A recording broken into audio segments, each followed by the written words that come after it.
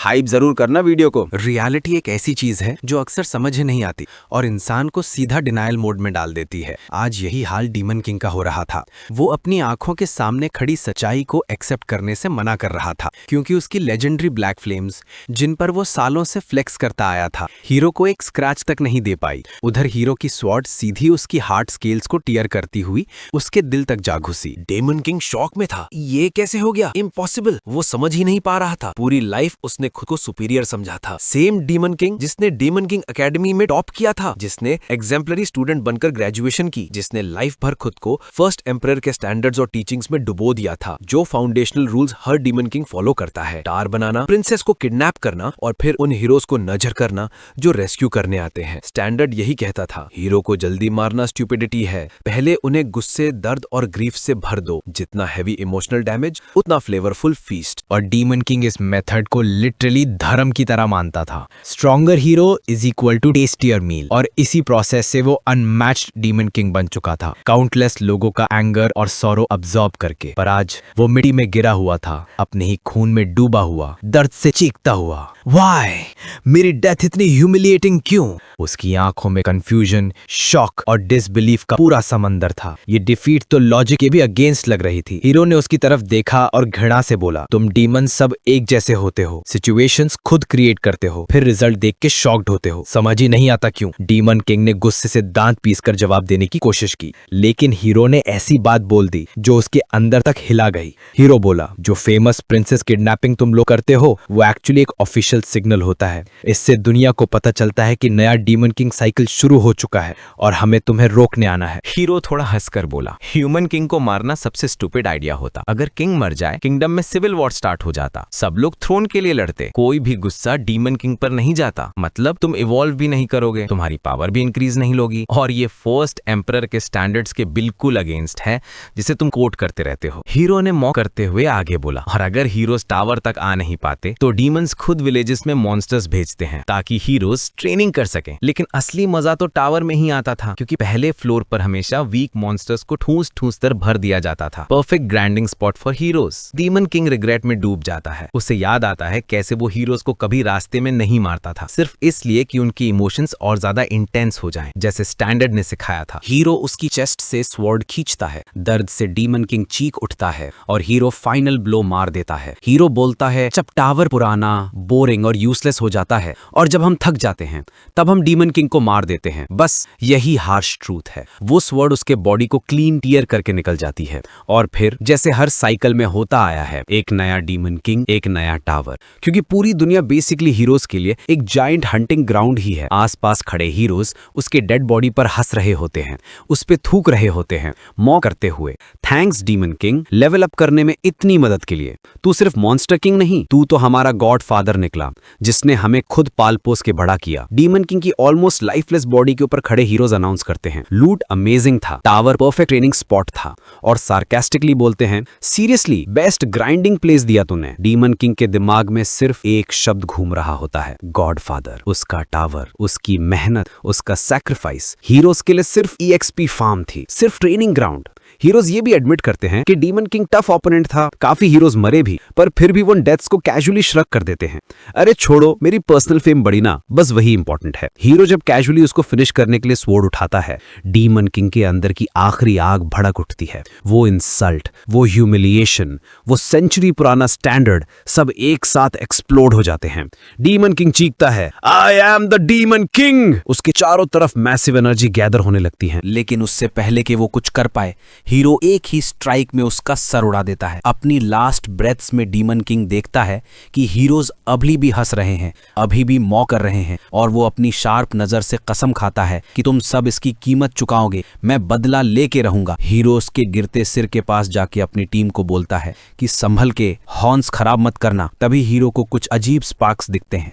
Demon king ने अपनी बची कुछ ही लाइफ फोर्स एक ही चीज के लिए जला दी थी, फाइनल रिवेंज। हीरो लेट समझता है, भागो अभी, और नेक्स्ट सेकंड डीमन किंग के बॉडी से एक टेरिफाइंग एक्सप्लोजन होती है। टावर, जमीन, चीखें सब धुएं में गायब। अपने डेथ के लास्ट मोमेंट्स में डीमन किंग एक बिटर रियलाइजेशन पर पहुंचता है कि स्टैंडर्ड पूरी तरह गलत था, हीरोज ने सिर्फ उसे मैनिपुलेट किया। वो सोचता है, काश मुझे एक और चांस मिलता, मैं इस स्टैंडर्ड को गॉब्लिन्स को खिला देता, तभी डार्कनेस को चीर कर एक वॉइस आती है, पियर्स पियर्स आंखें खोलो। पियर्स होश में आता है, हफिंग स्वेटिंग, मैं जिंदा हूँ। वॉइसेस उसे स्टेज पर आने को कह रही होती हैं और तभी उसे समझ आता है जिसका नाम बुलाया जा रहा है वो खुद है, पियर्स डैज। वो शॉक में खड़ा रहता है। एक बंदा उसे पोडियम की तरफ धक्का देता है। तभी डीमन किंग एकेडमी के प्रिंसिपल चिल्लाते हैं, पियर्स डैज, क्लास के बीच में क्या ड्रामा कर रहे हो तुम? ग्रेजुएशन डे पर पियर्स इतना एब्सेंट माइंडेड क्यों लग रहा था? जिसे दुनिया जीनियस स्टूडेंट बोलती थी, वो आज एकदम लॉस्ट था। जब उसकी नजर रेड बैज पर पड़ती है जो डीमन किंग एकेडमी की कंप्लीशन का सिंबल होता है, तब उसके होश उड़ जाते हैं। उसे शॉक लगता है वो 15 साल पास्ट में आ चुका था, बिल्कुल वही दिन ग्रेजुएशन सेरेमनी का। बाकी ग्रेजुएट्स पोडियम पर जा रहे थे और पियर्स को समझ आ गया जो भी हुआ ये उसका सेकंड चांस है, गोल्डन चांस। एक प्रोफेसर लाउड वॉइस में अनाउंस करता है, टॉप स्टूडेंट पियर्स डैज, तुम नए डीमन किंग्स की तरफ से ओथ लोगे। उसके सामने वो चमकते हुए गोल्डन लॉज खड़े थे। डीमन किंग स्टैंडर्ड जो मैंडेट करता था, डोमेन में टावर बनाओ, प्रिंस या प्रिंसेस को किडनैप करो, मास्टरमाइंड रोल प्ले करो, कियोस क्रिएट करो, क्लूज छोड़ो, हीरोज को नर्चर करो ताकि उनके इमोशंस हार्वेस्ट की जा सके, और फिर टावर के नीचे वीक मॉन्स्टर्स ठूंस दो। डिफिकल्टी धीरे धीरे बढ़ाओ। पियर्स उन ग्लोइंग लॉज को घूरता है और उसके दिल में सिर्फ डिस्गस्ट भर जाती है। यही वो रूल्स थे जिन्हें फॉलो करके उसने पूरी जिंदगी बर्बाद कर दी, जिन्हें फॉलो करके वो घिनौनी ह्यूमिलिएटिंग डेथ तक पहुंचा, हीरोज का पपेट बन गया।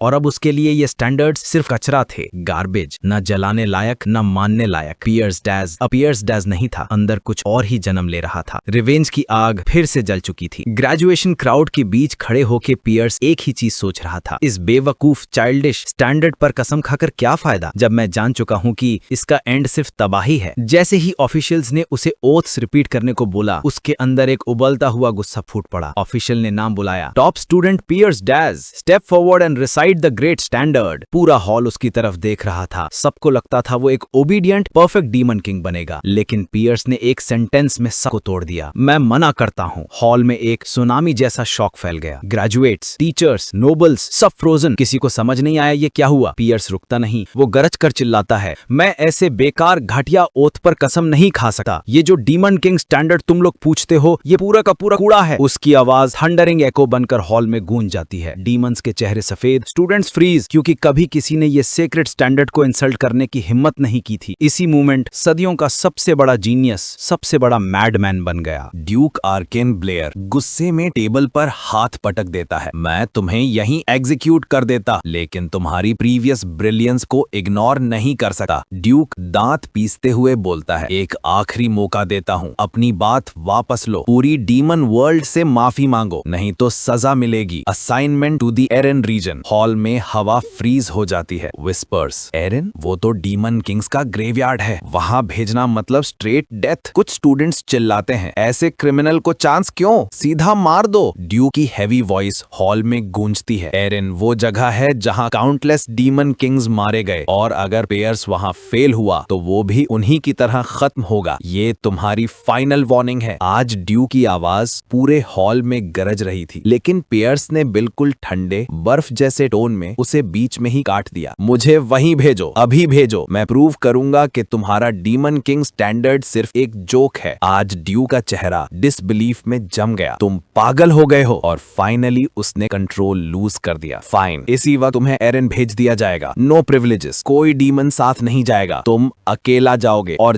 जब तक कॉन्क्वेस्ट कंप्लीट ना हो तुम डीमन वर्ल्ड वापस नहीं आ सकते। पूरा हॉल साइलेंट हो गया। पीछे एक डार्क पोर्टल ओपन हुआ, भयानक एनर्जी क्रैकल कर रही थी। ऑर्डर आया, throw him in. Pierce dark portal की तरफ खिंचता हुआ गिरने लगा, पर उसकी आईज में जीरो रिग्रेट था, क्योंकि ये केओस उसने खुद क्रिएट किया था। गिरने के दौरान उसके लिप्स पर एक बिटर सी स्माइल आई। एरन, वही जगह जहां मेरे प्रीवियस लाइफ के वो हीरोज रहते हैं जिन्होंने मुझे मारा था। और उसे याद आया, उसे एरन भेजा नहीं गया था, उसने खुद पहली जिंदगी में एरन चूज किया था, पूरे एरोगेंस में, ये सोच कर के स्ट्रॉन्गेस्ट डीमन किंग को सबसे डेंजरस रीजन ही जीतना चाहिए। पर दिस टाइम हिस्ट्री रिपीट नहीं होने वाला था। इस बार वो हिस्ट्री को तोड़ने आया था। पियर्स मान चुका था, उसकी डेथ का बिगेस्ट रीजन हीरोज नहीं थे, उसकी खुद की स्टूपिडिटी और एरोगेंस थी। एरीन एक अल्ट्रा डेंजर जोन था, हीरोज की भरमार, और वो अंधे होकर स्टैंडर्ड फॉलो करता गया, जिससे हीरोज ने उसको बार बार एक्सप्लॉइट किया। लेकिन इस बार जब वो बर्फीली एरीन एयरगस माउंटेन्स पर अपने विंग्स स्प्रेड करके स्लो लैंड हुआ, उसकी आंखों में एक नई शाइन थी। इस बार वही स्टैंडर्ड मैं तुम पर यूज करूंगा, तुम्हारा गेम तुम्हारे ही अगेंस्ट। अब वो शिकार नहीं था, वो शिकारी बन चुका था। सीन फ्लैशबैक होता है ग्रेजुएशन सेरेमनी शुरू होने से पहले का time. Gordon Derrick, demon academy का फर्स्ट रैंकर, मिरर के सामने अपना अपीयरेंस पॉलिश कर रहा था, जैसे आज उसकी लाइफ का बिगेस्ट दिन हो। रूल क्लियर था, जो एकेडमी का टॉप ग्रेजुएट होता है उसे टॉप डीमन किंग की सर्विस में भेजा जाता है। और इस बैच का टॉप डीमन किंग कौन? लॉर्ड पियर्स दास, लेजेंड, प्रोडिजी, डीमनिक लाइनेज का वारिस, एक नाम जो हिस्ट्री में सेंचुरीज तक गूंजेगा। स्टूडेंट्स जेलसी, डिस्पेयर, फ्रस्ट्रेशन से भरे हुए थे। काश हम फर्स्ट आते, काश हमें लॉर्ड पियर्स की सर्विस का ऑनर मिलता। पर गॉर्डन का ऑब्सेशन अलग ही लेवल का था। उसके लिए तो पियर्स एक गॉड लाइक फिगर था। उसकी इमेजिनेशन भाग रही थी, हम दोनों मिलकर कोई भी डायमेंशन जीत सकते हैं। एक जायंट स्टैचू बनेगा, ग्रेट किंग पियर्स और उसका loyal assistant Gordon.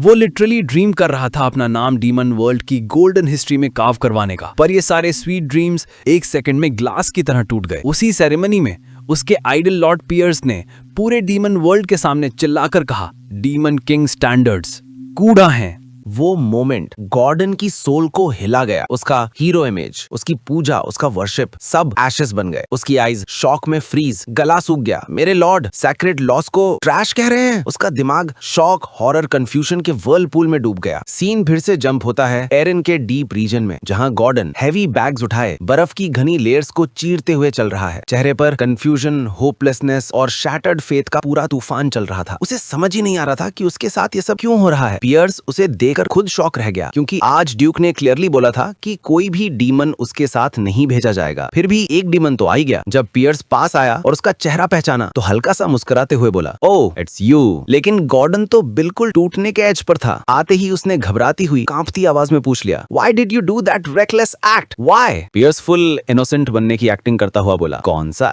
Act? Gordon literally explode कर गया, मत ड्रामा करो। तुमने पूरे डीमन वर्ल्ड के सामने स्टैंडर्ड्स को इंसल्ट किया। तुम्हारी वजह से हमें एग्जाइल मिल गया। अब हम एरन जैसे मौत के गड्ढे में भेज दिए गए हैं और मैं यहाँ तुम्हारी वजह से मर जाऊंगा। पियर्स ने उसे काम करने की ट्राई की, थोड़ा जोक मारते हुए बोला, अगर तुम इसी तरह टेंशन लेते रहे ना तो बाल ही उखाड़ दोगे अपने। गॉर्डन सीधा चीख पड़ा, मेरे बाल प्रॉब्लम नहीं है, प्रॉब्लम ये है कि हम मरने वाले हैं। पियर्स उसे देखता है और अचानक उसे अपनी प्रीवियस लाइफ का लॉयल असिस्टेंट याद आ जाता है। वो कॉन्फिडेंट, मोटिवेटिंग गॉर्डन जो हमेशा बोलता था, माय लॉर्ड हम मिलकर कोई भी मुश्किल पार कर सकते हैं। लेकिन इस टाइमलाइन का गॉर्डन तो पूरा पैनिक मोड में था। पियर्स ने तुरंत समझ लिया कि उसे ट्रुथ बताने की मिस्टेक नहीं करनी चाहिए। टाइम ट्रेवल की बात सुनते ही ये बंदा उसे पागल डिटगेयर कर देगा। गॉर्डन ने खुद को संभाला, हाफते हुए बोला, I am sorry my Lord, मैं बस शॉक्ड था। फिर वो इंस्टेंटली वापस रूज मोड में चला गया। स्टैंडर्ड्स के हिसाब से पहला काम टावर बनाना होता है, पर टावर ऐसी जगह होना चाहिए जहां हीरोज इजीली पहुंच सकें, हिडन या हार्श एनवायरनमेंट में नहीं। गॉर्डन ने चारों तरफ देखा, एयर गस्ट माउंटेन्स की ऊंची पीक्स, डेडली मॉन्स्टर्स, आइसी विंड्स, ह्यूमंस यहाँ पहुंच ही नहीं पाएंगे, हमें दूसरी जगह। पियर्स ने हाथ उठा के कट कर दिया, नो, टावर यहीं बनेगा। उसने पाउच से टावर सीड निकाला और फ्रोजन ग्राउंड में गाड़ दिया। इसे डीमन किंग के खून की जरूरत होगी। गॉर्डन फिर पैनिक, माय लॉर्ड ये स्टैंडर्ड्स का वायलेशन है, डीमन किंग की रेपुटेशन के खिलाफ। पियर्स की वॉइस बिल्कुल बर्फ जैसी कोल्ड हो गई, मैंने कभी उन लॉस पर कसम खाई ही नहीं थी। पियर्स अंदर ही अंदर जानता था कि Gordon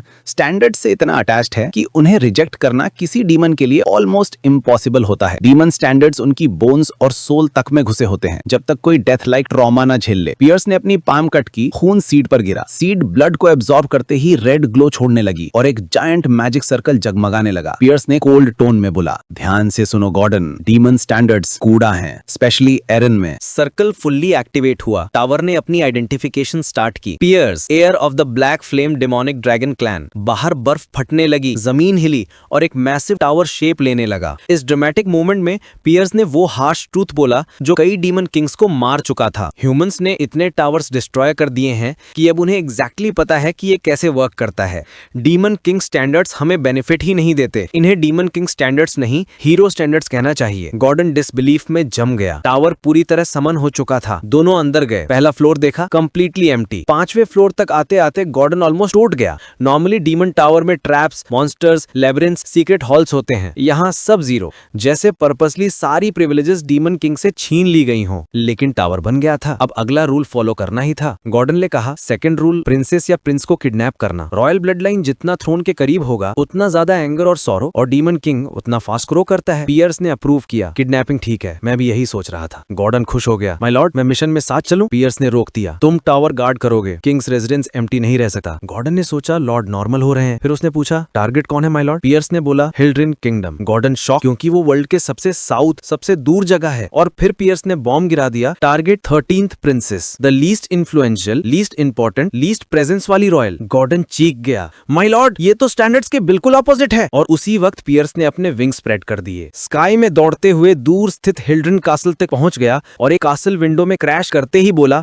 I am the demon king, I came to kidnap you. Princess ने उसे देखकर घॉस्पिंग या डरने की बजाय हल्की सी मुस्कान दी, मानो कोई मजाक सुन लिया हो। पियर्स रुक गया, ये रिएक्शन क्या है? प्रिंसेस ने ठंडे कॉन्फिडेंस में पूछा, are you sure you can even handle me? Pierce stunned, क्या डीमन किंग्स जोक लेते हैं इसे? लेकिन उसने फुल कॉन्फिडेंस में जवाब दिया, of course I am the demon king. और तभी प्रिंसेस ने काम टोन में बोला, ठीक है मैं तुम्हारे साथ चलती हूँ। पियर्स लिटरली फ्रीज शॉक में, ये इतनी इजीली सरेंडर कैसे हो गई? उसका शक भड़क गया। उसने पूछा, तुम क्या प्लान कर रही हो? प्रिंसेस ने सीधे कहा, मैं हमेशा जानती थी कि एक ना एक दिन कोई मुझे किडनैप करने आएगा, आखिर मैं एक प्रिंसेस हूँ। और पियर्स उस शांत ऑलमोस्ट सस्पिशियस सरेंडर को घूरता रह गया, ये लड़की बाकी प्रिंसेस जैसे बिल्कुल नहीं है। पियर्स ने प्रिंसेस को ठंडी नजर से वार्निंग दी, मुझसे धोखा करने की कोशिश मत करना, मैं ढील नहीं दूंगा और मैं किसी ट्रैप में नहीं फंसने वाला, मेरी हालत भी तुम्हारी तरह डेस्परेट है। प्रिंसेस ने तुरंत जवाब दिया, ट्रैप? वो कैसे पॉसिबल है? मुझे तो पता भी नहीं था कि तुम आ जाने वाले हो। उसकी लॉजिक इतनी क्लियर थी कि पियर्स भी अंदर ही अंदर मान गया। हाँ वैलिड पॉइंट है, पर फिर भी उसका गट कुछ अजीब फील कर रहा था। प्रिंसेस ने उसकी सोच तोड़ते हुए हाथ बढ़ाया, चले। पियर्स ने उसे उठाया और सीधा आसमान में उड़ता हुआ वापस एयरगोस माउंटेन्स पर अपने टावर पर आ पहुंचा। वहां गॉर्डन पहले से ही इंतजार में, घबराहट और एक्साइटमेंट दोनों में डूबा हुआ। पियर्स ने प्रिंसेस को 4th फ्लोर के कोने में रखने का ऑर्डर दिया, प्रेजेंट सेल में नहीं, क्योंकि प्रिंसेस ने कोई रेजिस्टेंस नहीं दिखाया और वो थोड़ी लीनियंसी दे रहा था। गॉर्डन ने सर झुका के मान लिया। फिर उसने बोला, माय लॉर्ड एक इंपॉर्टेंट मैटर है। सीन शिफ्ट होता है 4th फ्लोर पर, जहां प्रिंसेस अकेली बैठी है, ठंडी पथरीली फ्लोर पर। वो धीरे से फुसफुसाती है, मैं सच में किडनैप हो गई हूँ। वो कमरे को देखती है, कोई पिलो नहीं, कोई ब्लैंकेट नहीं, कोई सर्वेंट्स नहीं, कोई ग्रैंड बेड नहीं, और ना ही वो ब्यूटीफुल रॉयल गार्डन्स जो वो रोज देखती थी। लेकिन फिर भी उस बैरन कमरे में बैठी हुई उसके होठों पर एक मिस्टीरियस स्माइल उभरती है। इतना बुरा भी नहीं है। उधर गॉर्डन अपने मास्टर को एक डेकोरेटेड एनवेलप दिखाता है, टावर ऑफ मॉन्स्टर से आया इनविटेशन, नए डीमन किंग को वेलकम करने के लिए पार्टी है, उसने बताया। पियर्स ने एक तिरछी हंसी के साथ बोला, वेलकम पार्टी? मुझे परेशान करने और अपनी ताकत दिखाने की कोई दयनीय कोशिश लगती है। फिर बोला, डीमन किंग्स हमेशा ईगो की वजह से एक दूसरे से दूर रहते हैं, लेकिन एरिन की ब्रूटल हालत ने इन्हें मजबूर कर दिया कि एक दूसरे से सहयोग मांगे। पियर्स ने इनविटेशन एक्सेप्ट कर लिया। पहले मैं इन्हें कमजोर समझकर इग्नोर करता था, लेकिन अब मुझे इनसे बात करने की जरूरत है। पियर्स जंगल के बीच खड़े विशाल मॉन्स्टर टावर पहुंचा और अंदर ड्रैक्सॉन मॉन्स्टर किंग अपने मैसिव थ्रोन पर बैठा मांस फाड़ते हुए क्रूरता से खा रहा था। उसने पियर्स को देखते ही डिसमिसिव टोन में कहा, ओह तो तुम वही नए किंग हो जिसने ट्रेडिशंस का मजाक उड़ाया था, दिखते तो कुछ खास नहीं। पियर्स की आंखें ठंडी पड़ गईं। फाइट चाहिए क्या, या बताऊं बुलाया क्यों है? हवा में टेंशन घनी हो गई। दो डीमन किंग्स की पहली डेडली मुलाकात शुरू हो चुकी थी। ड्रैक्सॉन जोर से हंसा, एक असली ताना मारने वाली हंसी, और तुरंत बता दिया कि उसे यहाँ भेजने वाला कोई और नहीं बल्कि आर्क ड्यूक अर्कन हिमसेल्फ था, जिसने उसे ऑर्डर दिया था कि वो पियर्स पर नजर रखे। पियर्स ने बिल्कुल बिना हेजिटेशन के आर्क ड्यूक को सीधा इंसल्ट कर दिया। वो बूढ़ा एनोइंग वैम्पायर, एरिन में एग्जाइल करना भी उसके लिए काफी नहीं था क्या? ये सुनते ही ड्रैक्सॉन आग बबूला। आर्क ड्यूक के लिए ये लहजा? गुस्से में वो एक बड़ा सा मांस का टुकड़ा पियर्स की तरफ फेंकता है, इसे चाटो, अगर अभी चाट लिया तो तुम्हारी बदतमीजी माफ कर दूंगा। पर पियर्स ने उसकी धमकी को हवा में उड़ा दिया और ठंडे स्वर में पूछा, तुम्हें सच में नहीं पता कि मैं यहाँ क्यों आया हूँ? ड्रैक्सॉन घमंड से बोला, मुझे पूरी तरह से पता है, तुमने सीक्रेट डीमन किंग ट्रेडिशंस का मजाक उड़ाया है। पर पियर्स ने तुरंत उसे रोक दिया, और वही ट्रेडिशंस ये भी कहते हैं कि डीमन किंग्स एक दूसरे को नहीं मार सकते। अगले ही पल उसने जमीन पर पैर पटका और जमीन भारी ताकत से फट गई। ड्रैक्सॉन की आंखें शॉक में फैल गईं। ये ताकत? पियर्स ने व्यंग में पूछा, सच में सोचा था कि मैं इस रूल को फॉलो करूंगा? ड्रैक्सॉन को पियर्स की आरा अब मॉन्स्टर से भी ज्यादा डरावनी लगने लगी। उसे समझ आ गया कि उसने गलत इंसान को उकसा दिया है। वो लड़खड़ाते हुए आर्क ड्यूक अर्कन का नाम लेने लगा। रुको, मुझे 1 महीने में किडनैपिंग रिपोर्ट जमा करनी है, नहीं किया तो मेरी अथॉरिटी पर पियर्स ने फिर उसे काट दिया। ये बात एक्सपेक्टेड थी। फिर उसने काम बताया, मैं प्रिंसेस को पहले ही किडनैप कर चुका हूँ। और उसके बाद जो लाइन उसने बोली, उसने ड्रैक्सॉन की लीड में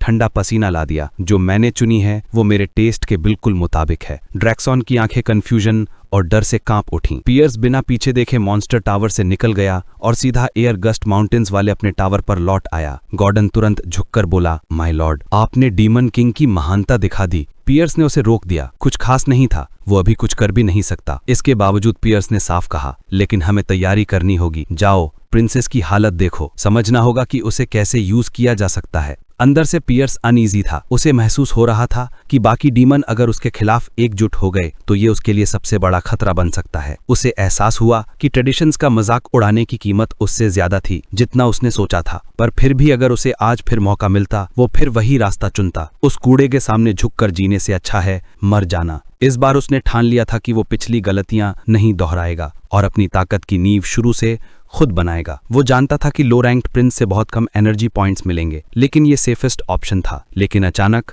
जब उसने अपने पॉइंट्स चेक किए, जब उसने अपने सिस्टम पॉइंट्स चेक किए, उसकी सांस अटक गई। 13,000 पॉइंट्स से भी ज्यादा, ये कैसे? उसका दिमाग स्पिन कर गया। तभी टावर ऑफ मॉन्स्टर्स से एक वीडियो मैसेज आया। स्क्रीन पर ड्रैक्सॉन था, पहली मुलाकात के बिल्कुल ऑपोजिट। इस बार एक शाई फोर्स्ड स्माइल के साथ। कांग्रेट्स पियर्स, नए डीमन किंग बनने पर। फिर बोला, पहली मुलाकात चाहे खराब रही हो, पर मैं तुम्हें एक गिफ्ट देना चाहता हूँ, गुडविल के तौर पर। पियर्स ने आके हाफ नैरो कर दी। Definitely something was off. तभी गोडाउन रूम में धड़ाम से घुसा, चेहरा वाइट, आंखों में shock. My lord, 4th floor पर ह्यूज प्रॉब्लम हो गई है। पियर्स लाइटनिंग स्पीड से वहां पहुंचा और जो उसने देखा वो सारे लॉजिक के बाहर था। वो कोल्ड एम्प्टी स्टोन वाला फ्लोर अब एक लश मैजिकल गार्डन बन चुका था। हर तरफ फ्रेग्रेंट फ्लावर्स, बटरफ्लाइज उड़ रही, हवा में glowing modes of light. Pure floor naturalisation phase में। बीच में एलिमेंटल स्पिरिट्स तैर रहे थे और उनके सेंटर में खड़ी थी प्रिंसेस, काम, ग्लोइंग, मैजिकल, जैसे नेचर ने खुद उससे ब्लेस किया हो। पियर्स के दिमाग में अलार्म बज गया। ये तो इम्पॉसिबल है, बिना सारे 4 एलिमेंट्स मास्टर किए। पूरे कॉन्टिनेंट में सिर्फ एक स्पिरिट एलिमेंटलिस्ट थी जो ये कर सकती थी। पियर्स ने ग्लेयर करते हुए बोला, तुम 13th प्रिंसेस नहीं हो। प्रिंसेस ने हल्की सी स्माइल दी। मैंने सोचा था तुम एलेना समझोगे मुझे। पियर्स शुक हो गया। तो तुम असली में कौन हो? प्रिंसेस सीधी खड़ी हो गई। मेरा नाम हिल्डरिन है, हिल्डरिन किंगडम की फर्स्ट प्रिंसेस। पूरे किंगडम में हंगामा मच गया।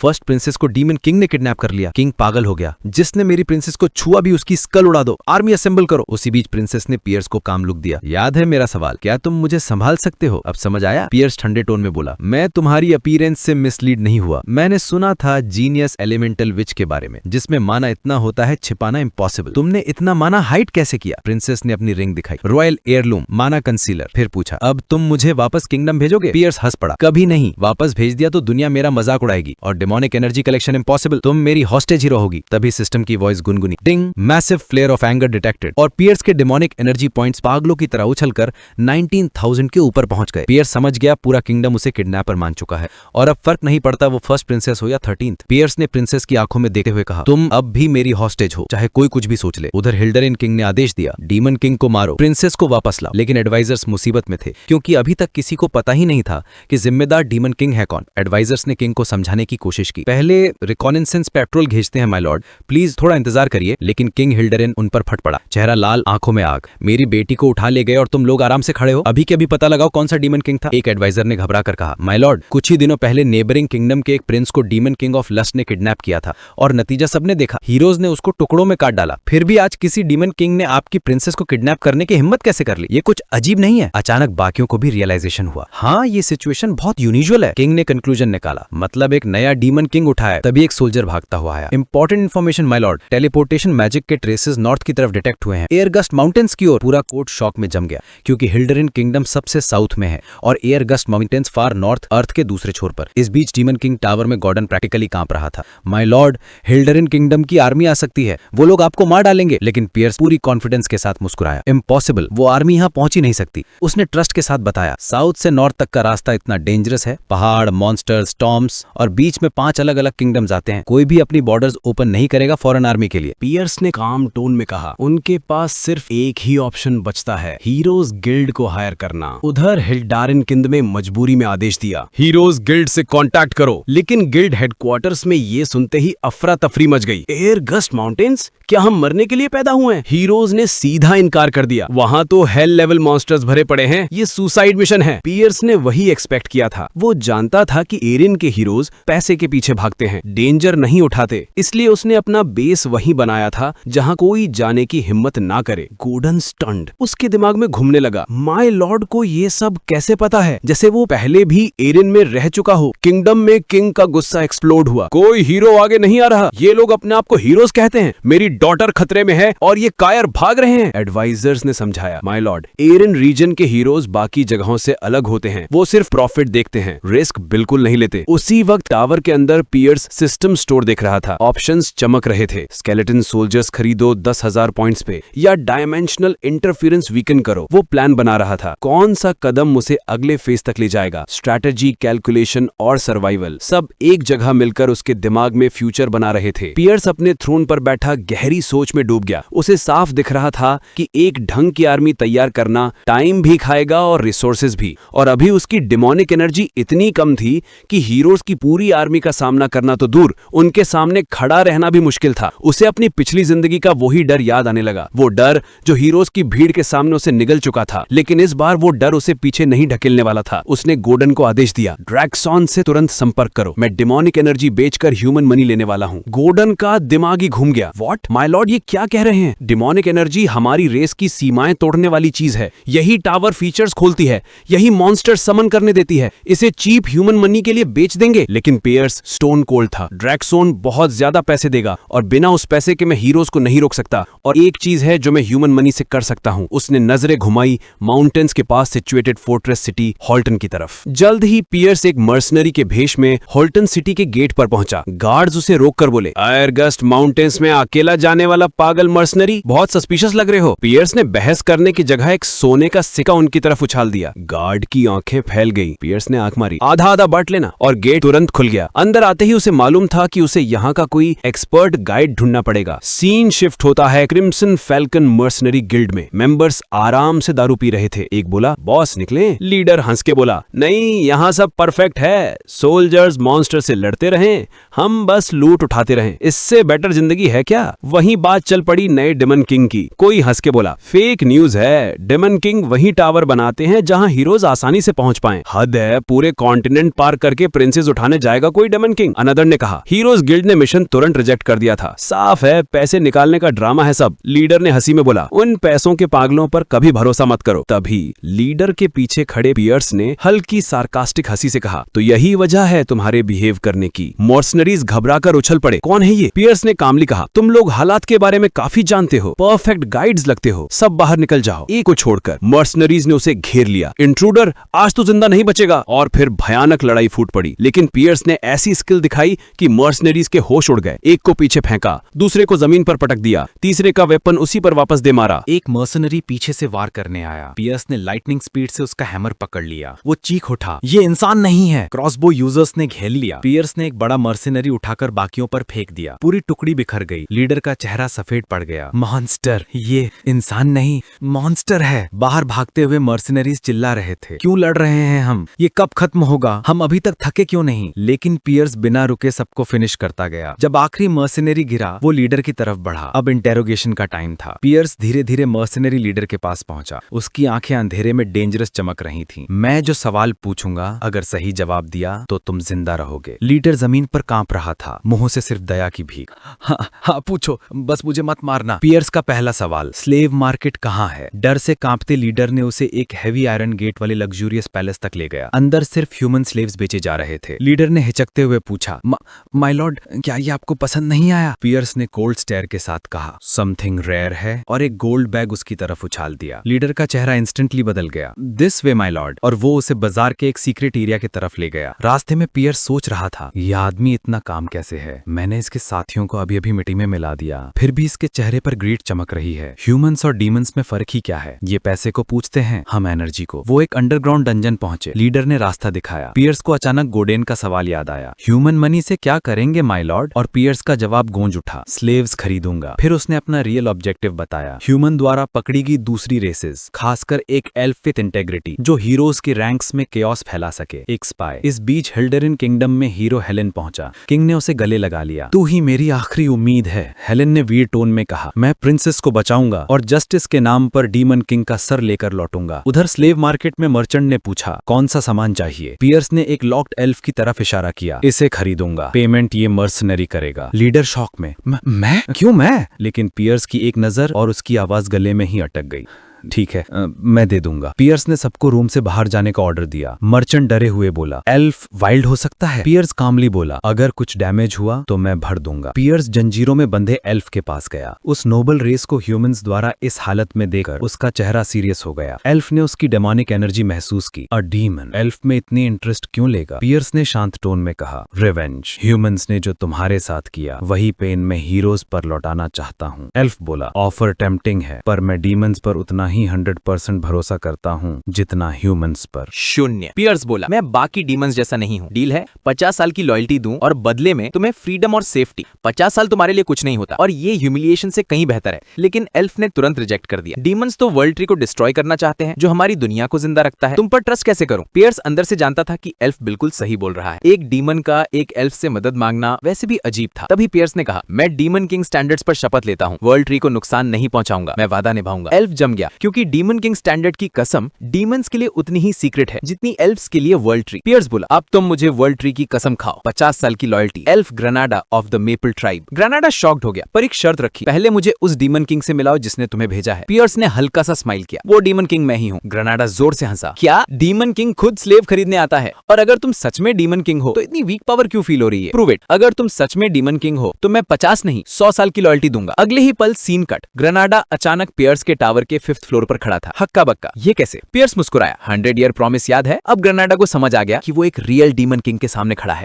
उसने 4th फ्लोर देखा, वहां कोई मॉन्स्टर नहीं, सिर्फ नेचर फैला हुआ था। उसने ताना मारा, ऐसी टूटी फूटी एम्प्टी टावर के साथ तुम हीरोज को कैसे रोकोगे? तुम 1 साल भी जिंदा नहीं रहोगे, मैं ऐसी जगह काम नहीं करने वाला। तभी पियर्स ने बिना कुछ बोले रॉ डिमोनिक एनर्जी का भयानक प्रेशर छोड़ा। रूम कांप उठा, ग्रेनाडा फ्रीज हो गया। उस मोमेंट उसके दिमाग में एक रियलिटी लगी, टावर खाली है पर ये ईरगस्ट माउंटेन्स जैसा मॉन्स्टर इन्फेस्टेड एरिया है और आते वक्त एक भी मॉन्स्टर ने अटैक नहीं किया। मतलब मॉन्स्टर्स इससे डरते हैं। ग्रेनाडा ने हेड डाउन करके 100 साल की लॉयल्टी वर्ल्ड ट्री की कसम खाकर दे दी। अंदर ही अंदर खुश भी था कि अब वो डीमन किंग के ऑर्डर से ह्यूमन से बदला ले सकता है। पर अगले ही सेकंड उसके सपने टूट गए क्योंकि पियर्स का पहला ऑर्डर था, मुझे खाना बना कर दो। एल्फ ने क्या? कुछ देर बाद किचन में सब्जी काटते हुए बुराई कर रहा था, मैं ये हाउसवर्क क्यों कर रहा हूँ? इविल प्लान कहाँ है? तभी प्रिंसेस अरान आई, स्माइल करते हुए हेल्प करने लगी। ग्रेनाडा और कंफ्यूज हो गया, ये जगह आखिर है क्या? सब 5th फ्लोर के डाइनिंग हॉल में इकट्ठा हुए। टेबल पर पूरा खाना लगा हुआ था। ग्रेनाडा ने धीरे से पूछा, माय लॉर्ड, ये लड़की कौन है? पियर्स ने बिल्कुल नॉर्मल टोन में बोला, ये फर्स्ट प्रिंसेस हिल्डेरिन है। ग्रेनाडा का दिमाग लिटरली ब्लास्ट हो गया, क्या माय लॉर्ड आपने क्राउन प्रिंसेस को किडनैप किया है? फिर वो टावर की एम्प्टीनेस पर लौटाया, हीरोज इस जगह पर अटैक करेंगे, ये एम्प्टी फ्लोर्स क्या करेंगे? पियर्स ने उसकी बात हवा में उड़ा दी, बैठो खाओ, इसी के लिए तुम्हें खरीदा है, तुम्हारा खाना बहुत अच्छा है। प्रिंसेस हंस रही थी और ग्रेनाडा पूरे एग्जिस्टेंशियल क्राइसिस में डूबा हुआ था। आखिर उसने पूछा, तो क्या आप मुझे 4th फ्लोर पर हीरोज से लड़ने भेजेंगे? पियर्स ने शांत टोन में बोला, अगर हीरोज 4th फ्लोर तक पहुंच गए तो गेम ऑलरेडी खत्म, क्योंकि इसका मतलब है वो ईरगस्ट माउंटेन्स क्रॉस करके आ गए हैं, इम्पॉसिबल। फिर उसने ग्रेनाडा की आंखों में देखते हुए कहा, तुम्हें स्पाई बनना है, ह्यूमन वर्ल्ड में अनरेस्ट फैलानी है, हीरोज की रैंक्स में कियोस, लेकिन उससे पहले तुम्हारा टेस्ट होगा। ग्रेनाडा क्यों गया? टेस्ट? पियर्स ने बोला, हाँ, मेरे टावर के अंदर एक ड्यूएल, एल्फ स्टैंड, लेकिन डीमन किंग को हराना इम्पॉसिबल। पियर्स ने शर्त रखी, मैं एक हाथ से लड़ूंगा, कोई डिमोनिक एनर्जी नहीं, अगर जीत गए तो 100 नहीं 50 साल कम कर दूंगा। ग्रेनाडा की आंखें चमक उठी, चैलेंज एक्सेप्टेड। ड्यूएल स्टार्ट हुआ, बिजली सी फास्ट हलचलें। ग्रेनाडा की मूवमेंट सालों की गुलामी के बावजूद रेजर शार्प। पियर्स बोला, इंप्रेसिव, तुम्हारी स्पीड एल्फ रेस के लिए परफेक्ट है। क्या तुमने 4th फ्लोर का माना एब्जॉर्ब किया है? ग्रेनाडा ने सीधा एक पावरफुल मैजिकल अटैक छोड़ा, मैं नॉर्मल एल्फ्स जैसा नहीं हूं, अपोनेंट चुनने में गलती मत करना। उसने जमीन से प्लांट रूट्स बुलाकर पियर्स का पैर बाइंड कर दिया, गोल्डन चांस। पियर्स की गार्ड ओपन, ग्रेनाडा ने डायरेक्ट फाइनल स्ट्राइक मारा। लेकिन इसी मोमेंट पर पियर्स के दबाए हुए ऑरा की एक झलक उठी, इतनी खतरनाक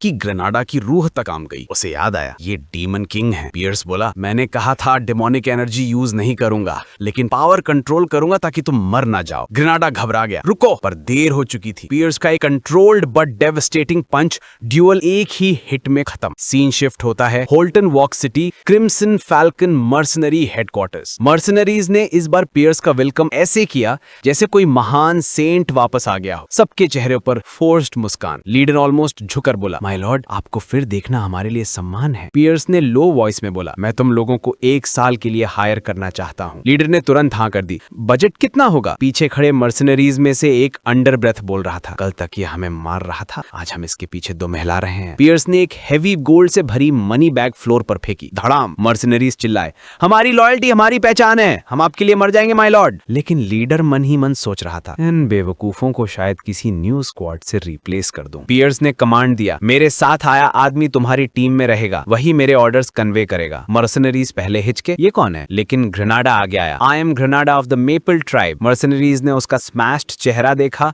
पियर्स के पंच की निशानी, और सबकी आंखें भर आई। उन्होंने उसे गले लगा लिया। भाई तू भी पिटा, हम सब सेम फेट के साथ ही हैं, और इंस्टेंट बॉन्डिंग हो गई। पियर्स ने सोचा अपीयरेंस एवरेज है, पर एयर्स रीजन में काम करने वाले मर्सनरीज इतने आसान से बदलने लायक नहीं होते। उसने दिमाग में और एक बात कैलकुलेट की। हिल्ड्रिन किंगडम की रिक्वेस्ट सिर्फ एक हीरो ने एक्सेप्ट की है, वही हैलन कारगिल, जिसने डीमन किंग ऑफ लस्ट को मारा था। यह आदमी मजाक नहीं है। अब मर्सनरीज की तरफ मुड़कर पियर्स ने आदेश दिए, मैं तुम्हारा नया लीडर हूं। पहला मिशन, हीरो हैलन कारगिल की एक्टिविटीज पर जांच करो, जो हिल्ड्रिन किंगडम द्वारा हायर की गई है। मर्सनरीज एक साथ बोले, as you command. Pierce tower लौट आया। Inner calculation stage, Grenada hero वाली साइट संभालेगा। अब समय है मेरी ओन पावर बढ़ाने का, क्योंकि उसने अपनी सारी डेमोनिक एनर्जी बेच दी थी, जिससे ना टावर अपग्रेड हो सकता था, ना डीमन किंग को एनहांसमेंट मिल सकता था। तो पावर बढ़ाने का आखिरी तरीका था सोल फ्लावर, एक मैना इन्फ्यूज्ड फूल, जंगल की शुद्ध एनर्जी एब्जॉर्ब करके क्रिस्टल की तरह मैना जमा करता है और खाने वाले को इमेंस पावर देता है। पियर्स ने सोचा, एयर्स माउंटेन्स में मैना स्टॉर्म्स और डिजास्टर लेवल मॉन्स्टर्स ने नेचर को अनटच रखा है। इन जंगलों में सोल फ्लावर सदियों से एब्जॉर्ब कर रहे होंगे प्योर पावर। ये जगह एक हिडन ट्रेजर है, डेमोनिक एनर्जी जैसा नहीं, पर कुछ ना होने से बहुत बेहतर है। वो बाहर जाने ही वाला था कि गॉर्डन ने रोक लिया। माय लॉर्ड, तैयारी के बिना बाहर जाना मौत को बुलाना है। सोल फ्लावर ढूंढना घास के ढेर में सुई ढूंढने जैसा है, और मॉन्स्टर्स आपको देखते ही, पियर्स ने हंसी में कहा, मॉन्स्टर्स मेरे पास नहीं आएंगे, मैं संभाल लूंगा। गॉर्डन ने माना और बोला, पर फ्लावर्स ढूंढना मुश्किल होगा, जैसे आपने कहा, जब तक मेरे पास कोई एक्सीलेंट मैना डिटेक्टर ना हो। तभी दरवाजे पर हल्की सी दस्तक हुई। प्रिंसेस आर्ना ने सिर अंदर झांका। उसके सर पर एक प्यारा सा ब्लू स्लाइम था, और वो बोली, क्या आप लोग बिजी हैं? पियर्स और गॉर्डन दोनों प्रिंसेस आर्नान को देखकर चौंक गए। वो बाहर उछल कूद मचा रही थी। एलिमेंटल स्पिरिट्स उसके आसपास ऐसे ही घूम रहे थे जैसे ये जगह उसकी प्राइवेट प्लेग्राउंड हो। ऊपर से प्रिंसेस इतनी एक्साइटेड थी कि खुद बोली, मैं बहुत बोर हो रही थी, और याद है आपने कहा था कि मैं 4th फ्लोर को सजाने की परमिशन ले सकती हूँ। पियर्स ने नीचे देखा और शॉक में रह गया। ये तो पहले ही पूरी सजावट कर चुकी है। ये लड़की डीमन किंग की टावर को सजाने आई है, क्या ये पागल है? प्रिंसेस ने उसकी तरफ शर्माते हुए मुस्कुराकर कहा, मैंने सोचा नहीं था कि आप मुझे टावर से बाहर निकलने देंगे, पर मैं खुश हूं कि आप आए इससे पहले कि उसे कुछ समझ में आए। पियर्स ने उसे अचानक अपनी बाहों में उठा लिया और सीधा टावर से बाहर उड़ान भर दी। प्रिंसेस कुछ समझ पाती उससे पहले दोनों आसमान में बहुत ऊपर तक पहुंच चुके थे। तेज हवा, उड़ान की झटकेदार स्पीड, सब कुछ ब्रेथ टेकिंग। प्रिंसेस ने नीचे दुनिया को देखा। पहली बार उसकी आंखें ट्रूली वाइडन हो गई। मैंने कभी इतना खूबसूरत व्यू नहीं देखा। किडनैप होने के टाइम तो अंधेरा था, मुझे पता ही नहीं चला दुनिया कितनी बड़ी है। बादलों के ऊपर से उगता हुआ सूरज, उसकी गोल्डन लाइट, वो लिटरली मेस्मराइज हो चुकी थी। उसने धीरे से बोला, महल में हर दिन सेम होता था, ट्रेनिंग, स्टडीइंग, रूल्स। मुझे लगता था मैं उसी पिंजरे में मर जाऊंगी। शायद मैं पहली इंसान हूँ जिसने एयर गस्ट माउंटेन्स के ऊपर फ्लाई किया है। पियर्स को इन इमोशनल बातों में बिल्कुल जीरो इंटरेस्ट था। उसने कोल्ड टोन में बोला, काम पर ध्यान दो। प्रिंसेस हंसी, अगर हम दोनों इतना टाइम साथ बिताने वाले हैं तो मुझे अरनान बुला सकते हो। पियर्स ने तुरंत टोन बदल दी, अपनी पोजीशन मत भूलो, स्पिरिट्स से सोल फ्लावर ढूंढो, नहीं तो तुम्हें अंडरग्राउंड प्रिजन भेज दूंगा। अरनान तुरंत सॉरी बोली और अपने वाटर और विंड स्पिरिट्स को स्कैनिंग के लिए भेज दिया। पियर्स जानता था सर्च टाइम लेगा, पर स्पिरिट्स बहुत फास्ट होते हैं। अचानक अरनान चिल्लाई, आई फाउंड समथिंग। पियर्स तुरंत नीचे उतरा। लैंडिंग के वक्त देखा कि सोल फ्लावर के आसपास हैवी मॉन्स्टर्स खड़े थे। हमसे पहले गेस्ट्स आ चुके हैं। तभी बड़े बड़े मॉन्स्टर बॉडीज पेड़ों के बीच से निकले। पियर्स ने कामली प्रिंसेस को एक्सप्लेन किया, ये मॉन्स्टर्स वही डीमन ब्रीड्स हैं जो डीमन वर्ल्ड छोड़कर भाग गए थे। डीमन किंग की बात माननी चाहिए थी इन्हें। पियर्स आगे बढ़ा, घर जाओ, मैं डीमन किंग हूँ, फ्लावर को मत छूना, अब चले जाओ। लेकिन मॉन्स्टर्स गरजे, हम डीमंस की बात नहीं मानते, तुम जैसों को देखकर ही खून खौलता है, यहाँ से चले जाओ नहीं तो मार देंगे। अर्नाल ने हल्के से गल्प किया, ये थोड़े एंग्री लग रहे हैं। अब सीन एक्स्ट्रा स्पाइसी होने वाला था। मॉन्स्टर्स ने डायरेक्टली डीमन किंग को चैलेंज कर दिया था। पियर्स ने उनके थ्रेट सुनकर हल्की सी सरकास्टिक साइडवेज हंसी दी। गॉर्डन, तुम सही थे, मॉन्स्टर से लॉजिकली सोचने की उम्मीद करना मेरी गलती थी। ठीक है, अब इन सबको जलाकर राख बना देता हूँ। मॉन्स्टर्स गुस्से से दहाड़े, क्लियरली बोल रहे थे कि मारो और ये हमारा है, टाइप टेरिटोरियल मैडनेस। अगले ही सेकंड फाइट एरप्ट हो गई। पेन की चीखें, जलने की स्मेल, क्रेजी दहाड़, सब कुछ कियोस। मॉन्स्टर्स पूरे झुंड में पियर्स पर टूट पड़े, पर जहाँ पियर्स खड़ा था, जो भी उसकी तरफ आया सीधा जलकर गिर रहा था। तभी एक मॉन्स्टर गरजा, सबसे कमजोर को पहले मारो, और उसने अरनान की तरफ इशारा किया। सारे मॉन्स्टर्स प्रिंसेस की तरफ इस तरह भागे जैसे उन्हें टर्बो बूस्ट मिल गया हो। लेकिन पियर्स ने एक हाथ उठाया और स्कॉर्चिंग फ्लेम्स की शीट उन पर बरस गई। पूरा झुंड वहीं खत्म हो गया। अरनान अरनान वहीं खड़ी रह गई बिना हिले। उसे याद आया कि बुल ट्राइब की ऑर्क्स मिलकर ऑगर्स को गिराते हैं, पर यहाँ तो वो उसके आसपास भी नहीं पहुंच पाए। पियर्स ने डिमोनिक एनर्जी रिलीज करना शुरू कर दिया, वो काली लपटों वाली रॉ पावर जिसका दबाव ऐसा था कि हवा का रंग तक बदल जाए। एक पल में सीन साइलेंट हो गया, चारों तरफ सिर्फ जली हुई लाशें और पियर्स बीच में शांत खड़ा। अरनान को बर्फ में एक रूबी कलर का स्पिरिट फ्लावर मिला। उसकी माना इतनी प्योर थी कि वो खुद चमक रहा था। वाटर और आइस एट्रीब्यूट्स के साथ अरनान की आंखें चमक उठी, पर पियर्स ने उसे घूरकर वार्निंग दी, ग्रीडी मत बनो। फिर बोला, अच्छे से खोजोगी तो एक तुम्हें भी दूंगा। अरनान की आंखों में इंस्टेंट स्पार्क, और पियर्स ने कहा, ह्यूमंस रिवॉर्ड से ही कंट्रोल होते हैं। पर एक घंटे भर खोजने के बाद भी कोई दूसरा फ्लावर नहीं मिला। एग्जॉशन में अरनान ऑलमोस्ट गिर पड़ी। दोनों टावर लौट गए। पियर्स रास्ते भर सोचता रहा, अरनान फर्स्ट प्रिंसेस ऑफ हिल्डरन, शायद मैंने मिस्टेक कर बैठा हूं, पर शायद नहीं। शायद ये लड़की मेरी सोची हुई वैल्यू से कहीं ज्यादा काम की है। उसी वक्त गॉर्डन भागते हुए आया। माय लॉर्ड, अर्जेंट मैसेज आया है, ग्रेनाडा ने भेजा है। गॉर्डन ने बताया, हीरो हाईलैंड, कारगिल और 32 हीरोज राजधानी से निकल चुके हैं, लेकिन एयर गस्ट माउंटेन्स की डायरेक्शन में नहीं जा रहे। वो क्लासिक हीरो रूट ले रहे हैं। पहले टीम बनाओ, फिर विलेजेस में क्वेस्ट करके लेवल बढ़ाओ, फिर जर्नी में मॉन्स्टर्स मारो, फिर मेन बॉस पर जाओ। गॉर्डन ने 5 ऑल्टरनेटिव प्लान्स दिए। माय लॉर्ड, ये पढ़ के बताइए कौन सा यूज करें। हम रास्ते में ट्रैप्स, मॉन्स्टर्स, इल्यूजन सब लगा सकते हैं। पियर्स ने प्लान्स देखी और सीधे ट्रैश टोन में उछाल दी। गॉर्डन की आंखें फटी। माय लॉर्ड, पियर्स ने काम कहा, हम हीरोज के रास्ते में कोई मॉन्स्टर या ऑब्स्टेकल नहीं भेजेंगे। गॉर्डन का दिमाग फ्रीज। क्या स्टैंडर्ड्स के अकॉर्डिंग? तो पियर्स ने उसे रोका, यही स्टैंडर्ड्स तो मेरी मौत का रीजन बने थे। हाफ वेग्ड ऑब्स्टेकल्स हीरोज को और स्ट्रॉन्ग बनाते हैं। इस बार कुछ भी डिस्टर्ब मत करो। ग्रेनाडा को मैसेज भेजो और मर्सनरीज को साथ ले जाकर हीरोज का विश्वास जीतने की कोशिश करो। गॉर्डन ऑलमोस्ट रो पड़ा। मास्टर, आप हर बार स्टैंडर्ड्स की उल्टी डायरेक्शन में क्यों चलते हैं? और टावर ऐसे कमजोर हालत में हम हीरोज को रोकेंगे कैसे? पियर्स ने कॉन्फिडेंटली कहा, मैं टावर को रीइंफोर्स करूंगा। और फिर बोला, एक डॉर्फ के साथ। गॉर्डन का दिमाग ऑफिशियली एक्सप्लोड। एक डॉर्फ माय लॉर्ड, एक ह्यूमन, एक एल्फ और अब एक डॉर्फ अगर टावर में रहेंगे, पूरी दुनिया डीमन वर्ल्ड हमें जोक बना देगी। पियर्स ने शोल्डर सुचकाए। Let them talk. गॉर्डन फुसफुसाया, माय लॉर्ड, ये आदमी स्टैंडर्ड्स का वर्स्ट एनिमी है, लेकिन गेम तो बस शुरू हुई है। पियर्स ने गॉर्डन को समझाया, मैं डॉर्फ पर नहीं, डॉर्फ मेड मैजिकल टूल्स पर भरोसा करूंगा। फिर उसने अपनी शैतानी योजना खोली। हीरोज डीमन किंग स्टैंडर्ड्स के इतने आदी हैं कि उन्हें फर्स्ट फ्लोर पर वीक मॉन्स्टर्स, स्लाइम, स्केलेटन्स यही एक्सपेक्टेड होगा, पर उस दिन उन्हें मिलेगा डजन्स ऑफ कैनन्स। गॉर्डन का मुंह खुला का खुला रह गया। हीरोज इसके लिए बिल्कुल रेडी नहीं होंगे। वो तो एक्सपेक्ट करेंगे कि पहले फ्लोर में सिर्फ ट्यूटोरियल लेवल मॉन्स्टर्स होंगे। तभी अचानक गॉर्डन चिल्लाया, माय लॉर्ड, एक और किडनैपिंग हो गई। Scene cut. वुल्फनर डॉर्फ्स का अंडरग्राउंड शहर, जहां पूरी दुनिया के सबसे स्किल्ड ब्लैकस्मिथ्स रहते थे। वहीं फॉर्जेस में लाल गरम आग की रोशनी में एक डॉर्फ खड़ा था। लोग, फ्रेडरिक, डॉर्फ किंगडम का सबसे महान लोहार। उसके हथौड़े की आवाज टम टम टम पूरी कैवन में गूंज रही थी। उसकी रिस्ट पर मसल्स का वाइब्रेशन, आंखों में कोई चमक नहीं, बस डेडिकेशन का जंगली लेवल। लोग अपने काम में इतना डूबा था कि उसे बिल्कुल अंदाजा नहीं था कि उसके शांत अंडरग्राउंड शहर पर कौन सा तूफान आने वाला है। उसे नहीं पता था कि उसने अभी अभी एक नया टाइटल जीत लिया है, the next target of the rebellious demon king.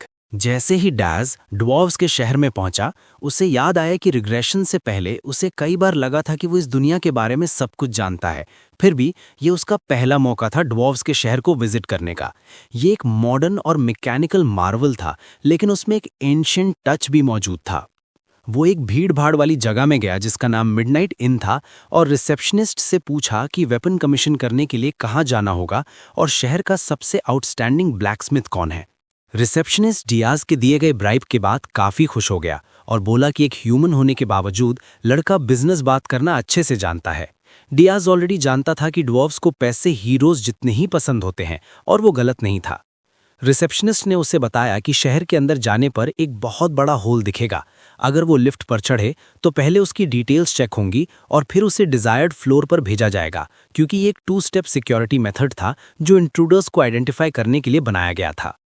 लेकिन डैज ने वेरिफिकेशन का इंतजार नहीं किया। वो सीधा लिफ्ट के अंदर गया और बिना किसी डर के लोवेस्ट फ्लोर पर जंप कर गया। वो लोवेस्ट फ्लोर के डीपेस्ट रूम में पहुंच चुका था। जैसे ही उसने दरवाजा खोला, उसे पता था कि इसके पीछे शहर का बेस्ट ब्लैकस्मिथ मौजूद है, रॉजर फ्रीडरिश। रॉजर एनविल पर पागलपन की हद तक हैमर मार रहा था। हर एक स्मैश के साथ रॉ एनर्जी फूट कर निकल रही थी। उसने फायरप्रूफ गॉगल्स पहने हुए थे और वो अपना नया वेपन बना रहा था। डियाज भी ये देखकर समझ गया कि रॉजर की पावर का डिस्प्ले ऐसा लग रहा था जैसे एनर्जी खुद डांस कर रही हो, और वो सोचने लगा कि क्या ये वाकई सबसे बेस्ट ब्लैकस्मिथ है। डियाज धीरे धीरे उसके पास गया। इरादा ये था कि चुपके से ड्वार्फ को अबडक्ट करके ले जाए, लेकिन इससे पहले कि वो कुछ कर पाता, रॉजर ने एनविल पर जोर से हैमर मारा और स्पार्क्स के साथ कंट्रोल्ड फायर मटेरियलाइज हो गया, जो कुछ ही सेकंड्स में डियाज पर अटैक कर गया। डियाज भी शॉक में आ गया क्योंकि ड्वार्फ ने उसकी हल्की सी डिमोनिक एनर्जी को सेंस कर लिया था। वो सोचने लगा कि क्या ये ड्वार्फ असल में कोई हीरो है। जैसे ही डियाज कंट्रोल्ड फ्लेम्स में घिरा, ड्वार्फ हवा में जंप करके अपना हैमर ले आया और किल करने के इंटेंट के साथ नीचे स्लैम किया। किसी तरह डियाज में अटैक ब्लॉक कर लिया और उसका शक कंफर्म हो गया। ड्वार्फ ने अनाउंस किया कि वो रॉजर है, एक ड्वार्वियन हीरो जो सिर्फ ब्लैकस्मिथ ही नहीं बल्कि हीरोज की पावर भी रखता है। उसने पूछा कि एक डीमन होते हुए डैज ने ड्वार्व्स के लैंड में घुसने की हिम्मत कैसे की, और ये भी बोला कि डैज जिंदा शहर से बाहर नहीं जा पाएगा। ये सुनते ही डैज जोर से हंसा। उसके चेहरे पर एक ईविल ग्रिन आ गई। उसने कहा कि वो कोई ऑर्डिनरी डीमन नहीं बल्कि डीमन किंग है। उसने अपने विंग्स फैला दिए और रॉजर को सीधा गर्दन से पकड़ लिया, जिसमें डीमन किंग का पूरा रैथ था। रॉजर कुछ भी नहीं कर पा रहा था। तभी मल्टीपल ड्वार्वन सोल्जर्स रेस्क्यू के लिए आते हैं आवाज सुनकर, लेकिन जब वो स्मिथी के अंदर पहुंचते हैं तो आग गायब होती है और स्मिथिंग बंद हो चुकी होती है। उन्हें समझ आ जाता है कि रॉजर गायब हो चुका है और ये किसी इंट्रूडर का काम है। वो तुरंत सब एग्जिट्स ब्लॉक करने और पूरी फैसिलिटी सर्च करने का ऑर्डर देते हैं। रॉजर ऑलरेडी डीमन किंग के साथ होता है, जो उसे वार्न करता है कि अगर उसने एक शब्द भी बोला तो वो उसे तुरंत मार देगा। पहले रॉजर को लगता है कि डीमन किंग ड्वार्वन प्रिंसेस के लिए आया है, लेकिन डैज क्लियर करता है कि उसे प्रिंसेस में कोई इंटरेस्ट नहीं है। वो रॉजर को बताता है कि उसे पहले से पता है कि ड्वार्वन ब्लैकस्मिथ्स इमरजेंसी के टाइम अंडरग्राउंड पैसेजेस बनाते हैं और वहीं से वो एस्केप करेंगे। रॉजर डैज की बातों पर यकीन नहीं करता और मानता है कि डीमन किंग जरूर प्रिंसेस के लिए ही आया होगा। वो अपनी जिंदगी को कोसने लगता है, सोचता है कि वो शांति से जी रहा था सिर्फ इसलिए क्योंकि वो डीमन किंग से लड़ने से डरता था, और अब वही डीमन किंग उसकी लाइफ में आ गया है। सीन फिर शिफ्ट होता है। डियाज समझ जाता है कि ब्लैकस्मिथ बोल नहीं रहा, इसलिए वो एक नया प्लान बनाता है, इस बार रॉजर की जान को नहीं बल्कि उसकी रेपुटेशन को टारगेट करने का। डियाज ने ठंडे अंदाज में कहा, मैं बस ये अफवाह फैला दूंगा कि सेल्फिश हीरो रॉजर ने अपनी जान बचाने के लिए हिल्डरिन की प्रिंसेस को बेच दिया। अगर ये र्यूमर पूरे शहर में फैल गया तो तुम सोचो बाकी ड्वार्फ्स तुम्हें किस नज़र से देखेंगे। बंधा होने के बावजूद रॉजर इस तरह के र्यूमर्स को फैलने देने के लिए बिल्कुल तैयार नहीं था। वो जानता था कि डीमन किंग वाकई एक घिनौना और ईविल क्रीचर है। रॉजर को यह भी पता था कि शहर में सब जानते थे कि वो लड़ाई में कमज़ोर है, और अगर ऐसी अफवाह फैल गई तो सब बिना सोचे समझे उस पर यकीन कर लेंगे और उसकी पूरी जिंदगी टॉर्चर में गुजर जाएगी। सब कुछ अपने फेवर में देखकर डियाज ने रॉजर से पूछा कि क्या वो प्रिंसेस को बेच देगा या फिर अपने दोनों पैरों पर चलकर उसके साथ आएगा। अंदर ही अंदर रॉजर प्रिंसेस को बेच देना चाहता था, लेकिन टॉर्चर से बचना उसके लिए ज्यादा जरूरी था। तभी डैज रॉजर के कान के पास आया और धीरे से विस्पर किया कि वो ड्वार्फ की सेफ्टी की गारंटी दे रहा है, डीमन किंग के स्टैंडर्ड पर कसम खाकर। रॉजर को याद आया कि डीमन किंग का स्टैंडर्ड लगभग एक धर्म जैसा होता है जिसे सब डीमन किंग्स मानते हैं, और इस बात का कोई चांस नहीं था कि डैज अपनी कसम तोड़े। इसलिए रॉजर ने अंडरग्राउंड पैसेज की तरफ जाने का फैसला किया और तुरंत मदद करने को तैयार हो गया, ये सोचकर थोड़ा रिलीव्ड महसूस करते हुए कि वो बच गया है। मीनवाइल सिटी के अंदर प्रिंसेस लुईज एंग्शियसली पेस कर रही थी। लैग गायब हो चुका था जब वो अपना वेपन क्राफ्ट कर रहा था। गार्ड्स ने बताया कि उसे किडनैप कर लिया गया है, लेकिन उसकी टेंशन और बढ़ गई। बकवास बंद करो, प्रिंसेस ने स्नैप किया। वो हीरो है, हीरो कैसे किडनैप हो सकता है? एक गार्ड ने नर्वस होकर रीजन देने की कोशिश की। योर हाइनेस, वो हीरो है लेकिन फाइटर थोड़ा वीक है। इस पर उसे डेथ ग्लेयर मिला। अभी ढूंढो उसे, अगर फेल हुए मैं खुद तुम सबके सर उड़ा दूंगी। कोई आर्ग्यू नहीं कर सका। मीनवाइल लॉकिया के हिडन टनल सिस्टम में उन्होंने रॉजर का सीक्रेट पैसेज ढूंढ लिया जो सबकी नजरों से छुपा हुआ था। रॉजर की पीठ को आगे पीछे हिलते देखकर डैज इरिटेट हो रहा था। डीमन किंग सोच रहा था कि उसे इस तंग जगह में और कितनी देर रहना पड़ेगा इस ड्वार्फ की गंदी पीठ को देखते हुए। रॉजर ने डियाज को बताया कि इसमें कुछ नहीं किया जा सकता क्योंकि ये पैसेज ड्वार्फ्स के लिए बना था, ना कि नॉर्मल साइज की ह्यूमंस या डीमंस के लिए। सीन शिफ्ट होता है। आखिरकार रॉजर और डियाज शहर के बाहर आ जाते हैं। रॉजर सोचता है कि यहीं से वो आज़ाद हो गया है।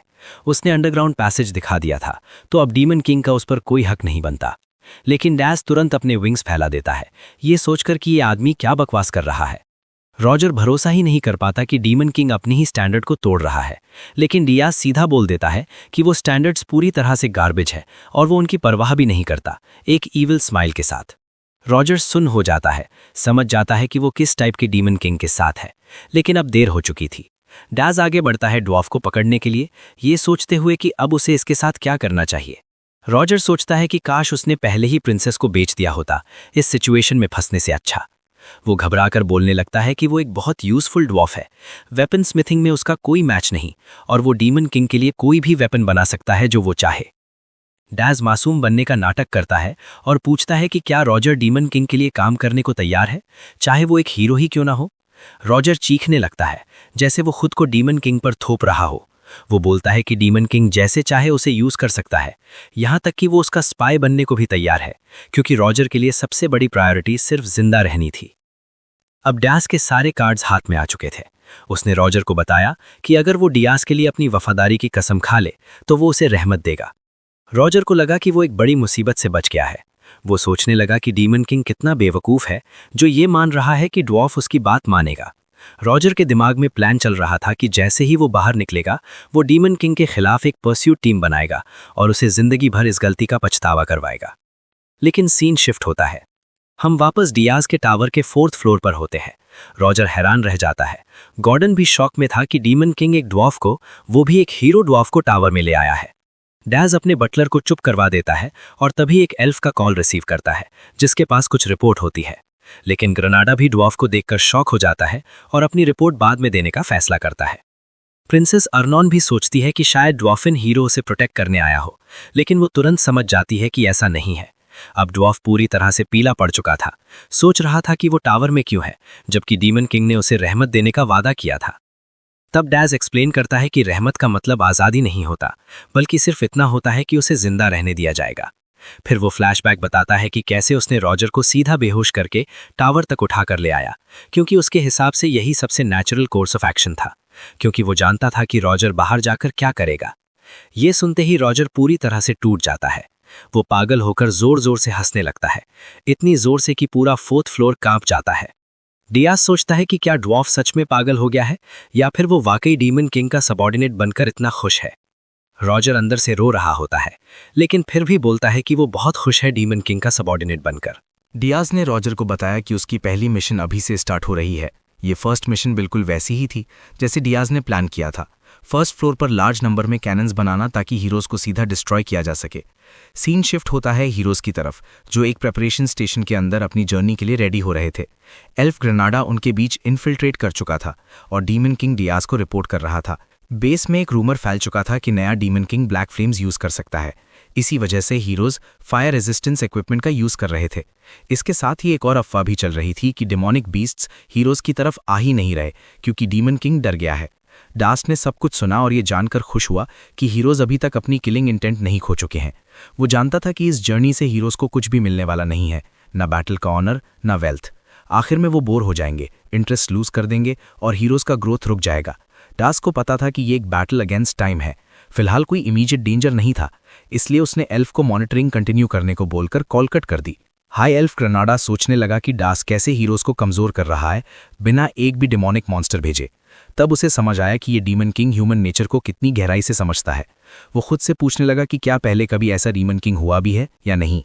ग्रेनाडा थोड़ा रिलीफ था कि डास उसका एनिमी नहीं है और बस यही दुआ कर रहा था कि वो उसकी अच्छे से सर्विस कर सके। टावर के अंदर डास ने ड्वार्फ रॉजर को बताया कि उसके लिए एक रिस्ट्रिक्शन है, वो माना स्टोन्स का यूज नहीं कर सकता। डास को इस बात से फर्क नहीं पड़ता था कि रॉजर 1st फ्लोर को कैसे रीमॉडल करे, बस ये एक रूल फॉलो होना चाहिए था। लेकिन ड्वार्फ जानता था कि बिना माना स्टोन के ट्रैप बनाना हीरोज के खिलाफ काम नहीं करेगा। डास ने एक्सप्लेन किया कि हीरोज ऑलरेडी सुपर पावरफुल होते हैं और उनकी एनर्जी सेंस करने की एबिलिटी काफी स्ट्रांग होती है।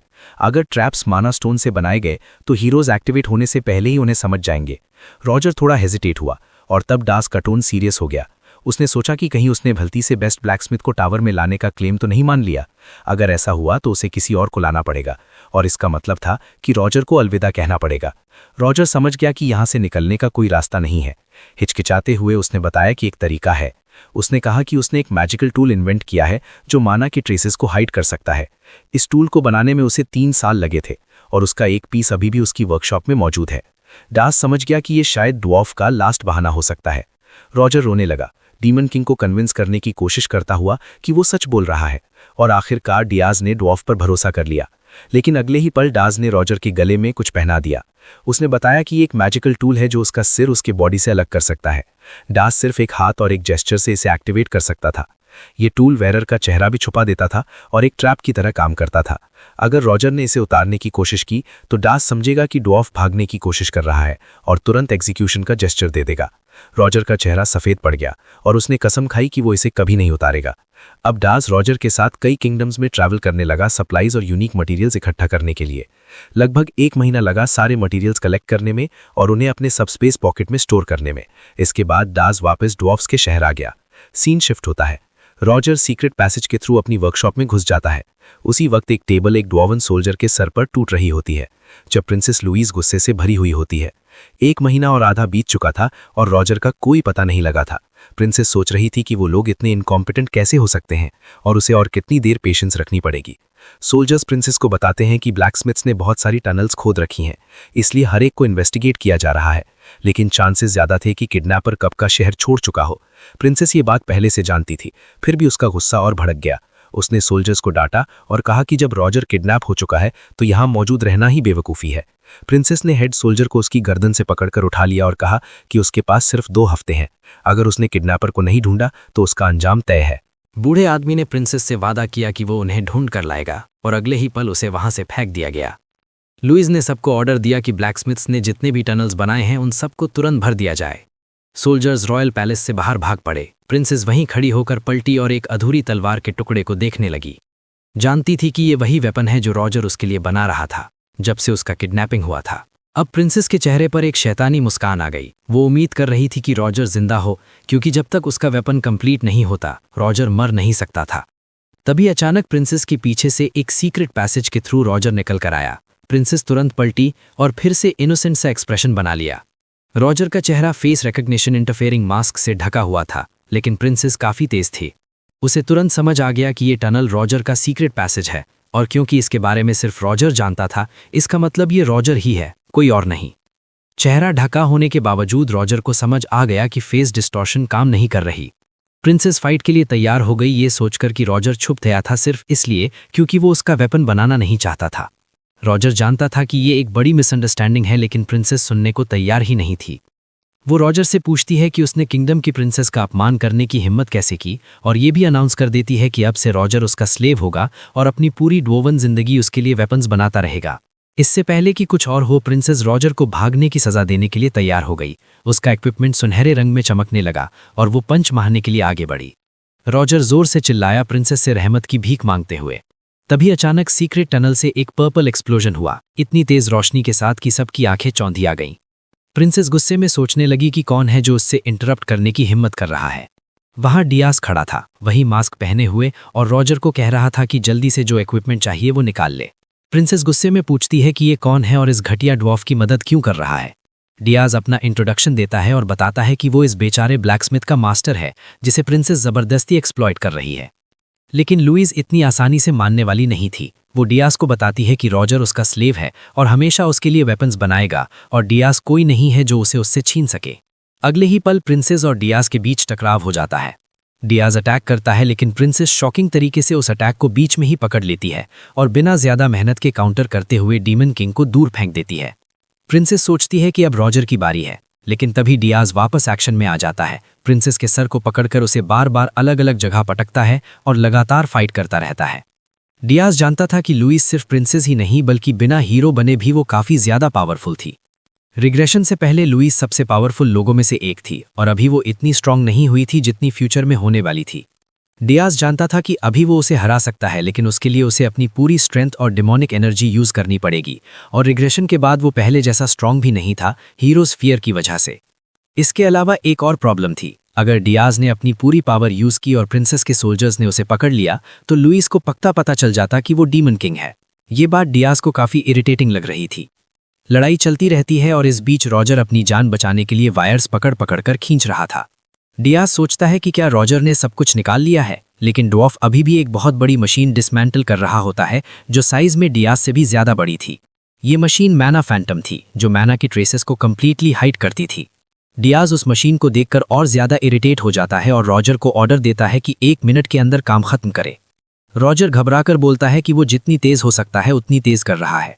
तब प्रिंसेस के अराउंड और भी शैतानी ऑरा फैल जाती है। वो एक डेविलिश स्माइल के साथ डीमन किंग की तरफ बढ़ने लगती है।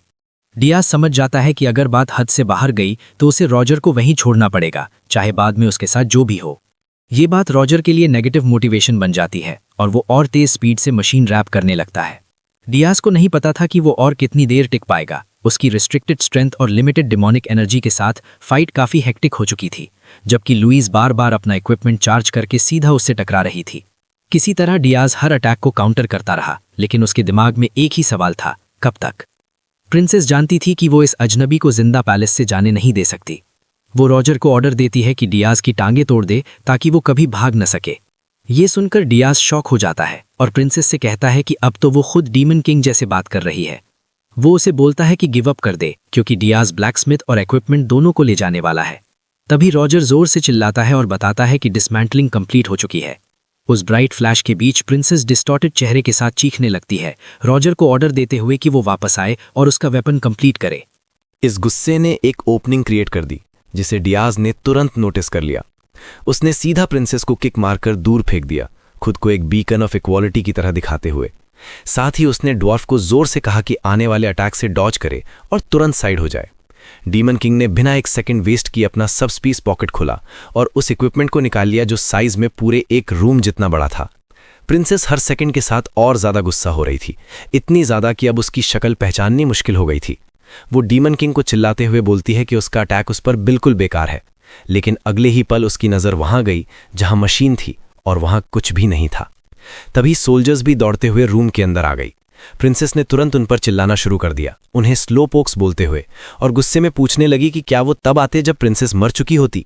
प्रिंसेस ने कुछ सुना ही नहीं और सोल्जर्स को ऑर्डर दिया कि क्योंकि रॉजर भाग चुका है, उन्हें तुरंत टनल के थ्रू उसका पीछा करना होगा। लेकिन जैसे ही प्रिंसेस ने अपनी बात खत्म की, वही टनल एकदम से डिस्ट्रॉय हो गया। प्रिंसेस फिर से इनोसेंट सी हो गई, सोचते हुए कि शायद रॉजर ने ही टनल ब्लॉक कर दिया होगा, और क्या वो वाकई इतनी नफरत करता है उसका वेपन बनाने से। लेकिन फिर से उसकी साइकोटिक पर्सनैलिटी सरफेस पर आ जाती है और उसके चेहरे पर एक ऐसी मुस्कान आ जाती है जो डीमन से भी ज्यादा क्रीपी थी। वो डिसाइड करती है कि अब वो खुद रॉजर को ढूंढेगी, चाहे उसे पूरे कॉन्टिनेंट को छान मारनी पड़े, और जब वो उसे पकड़ लेगी तो आज जो रॉजर ने किया है उसका उसे भारी पछतावा करवाएगी। सीन शिफ्ट होता है डियाज के टावर पर, जहां हम देखते हैं कि रॉजर और डीमन किंग दोनों वापस आ चुके हैं, साथ में वो जायंट मोनोगस्टिंग मशीन भी है। हम वापस फर्स्ट फ्लोर पर आते हैं, जहां प्रिंसेस और गॉर्डन डीमन किंग का इंतजार कर रहे होते हैं, ये सोचते हुए कि आखिर ये मशीन है क्या। गॉर्डन वैसे ही ऑलरेडी इरिटेट हो चुका होता है क्योंकि वो बीच में सफाई कर रहा था।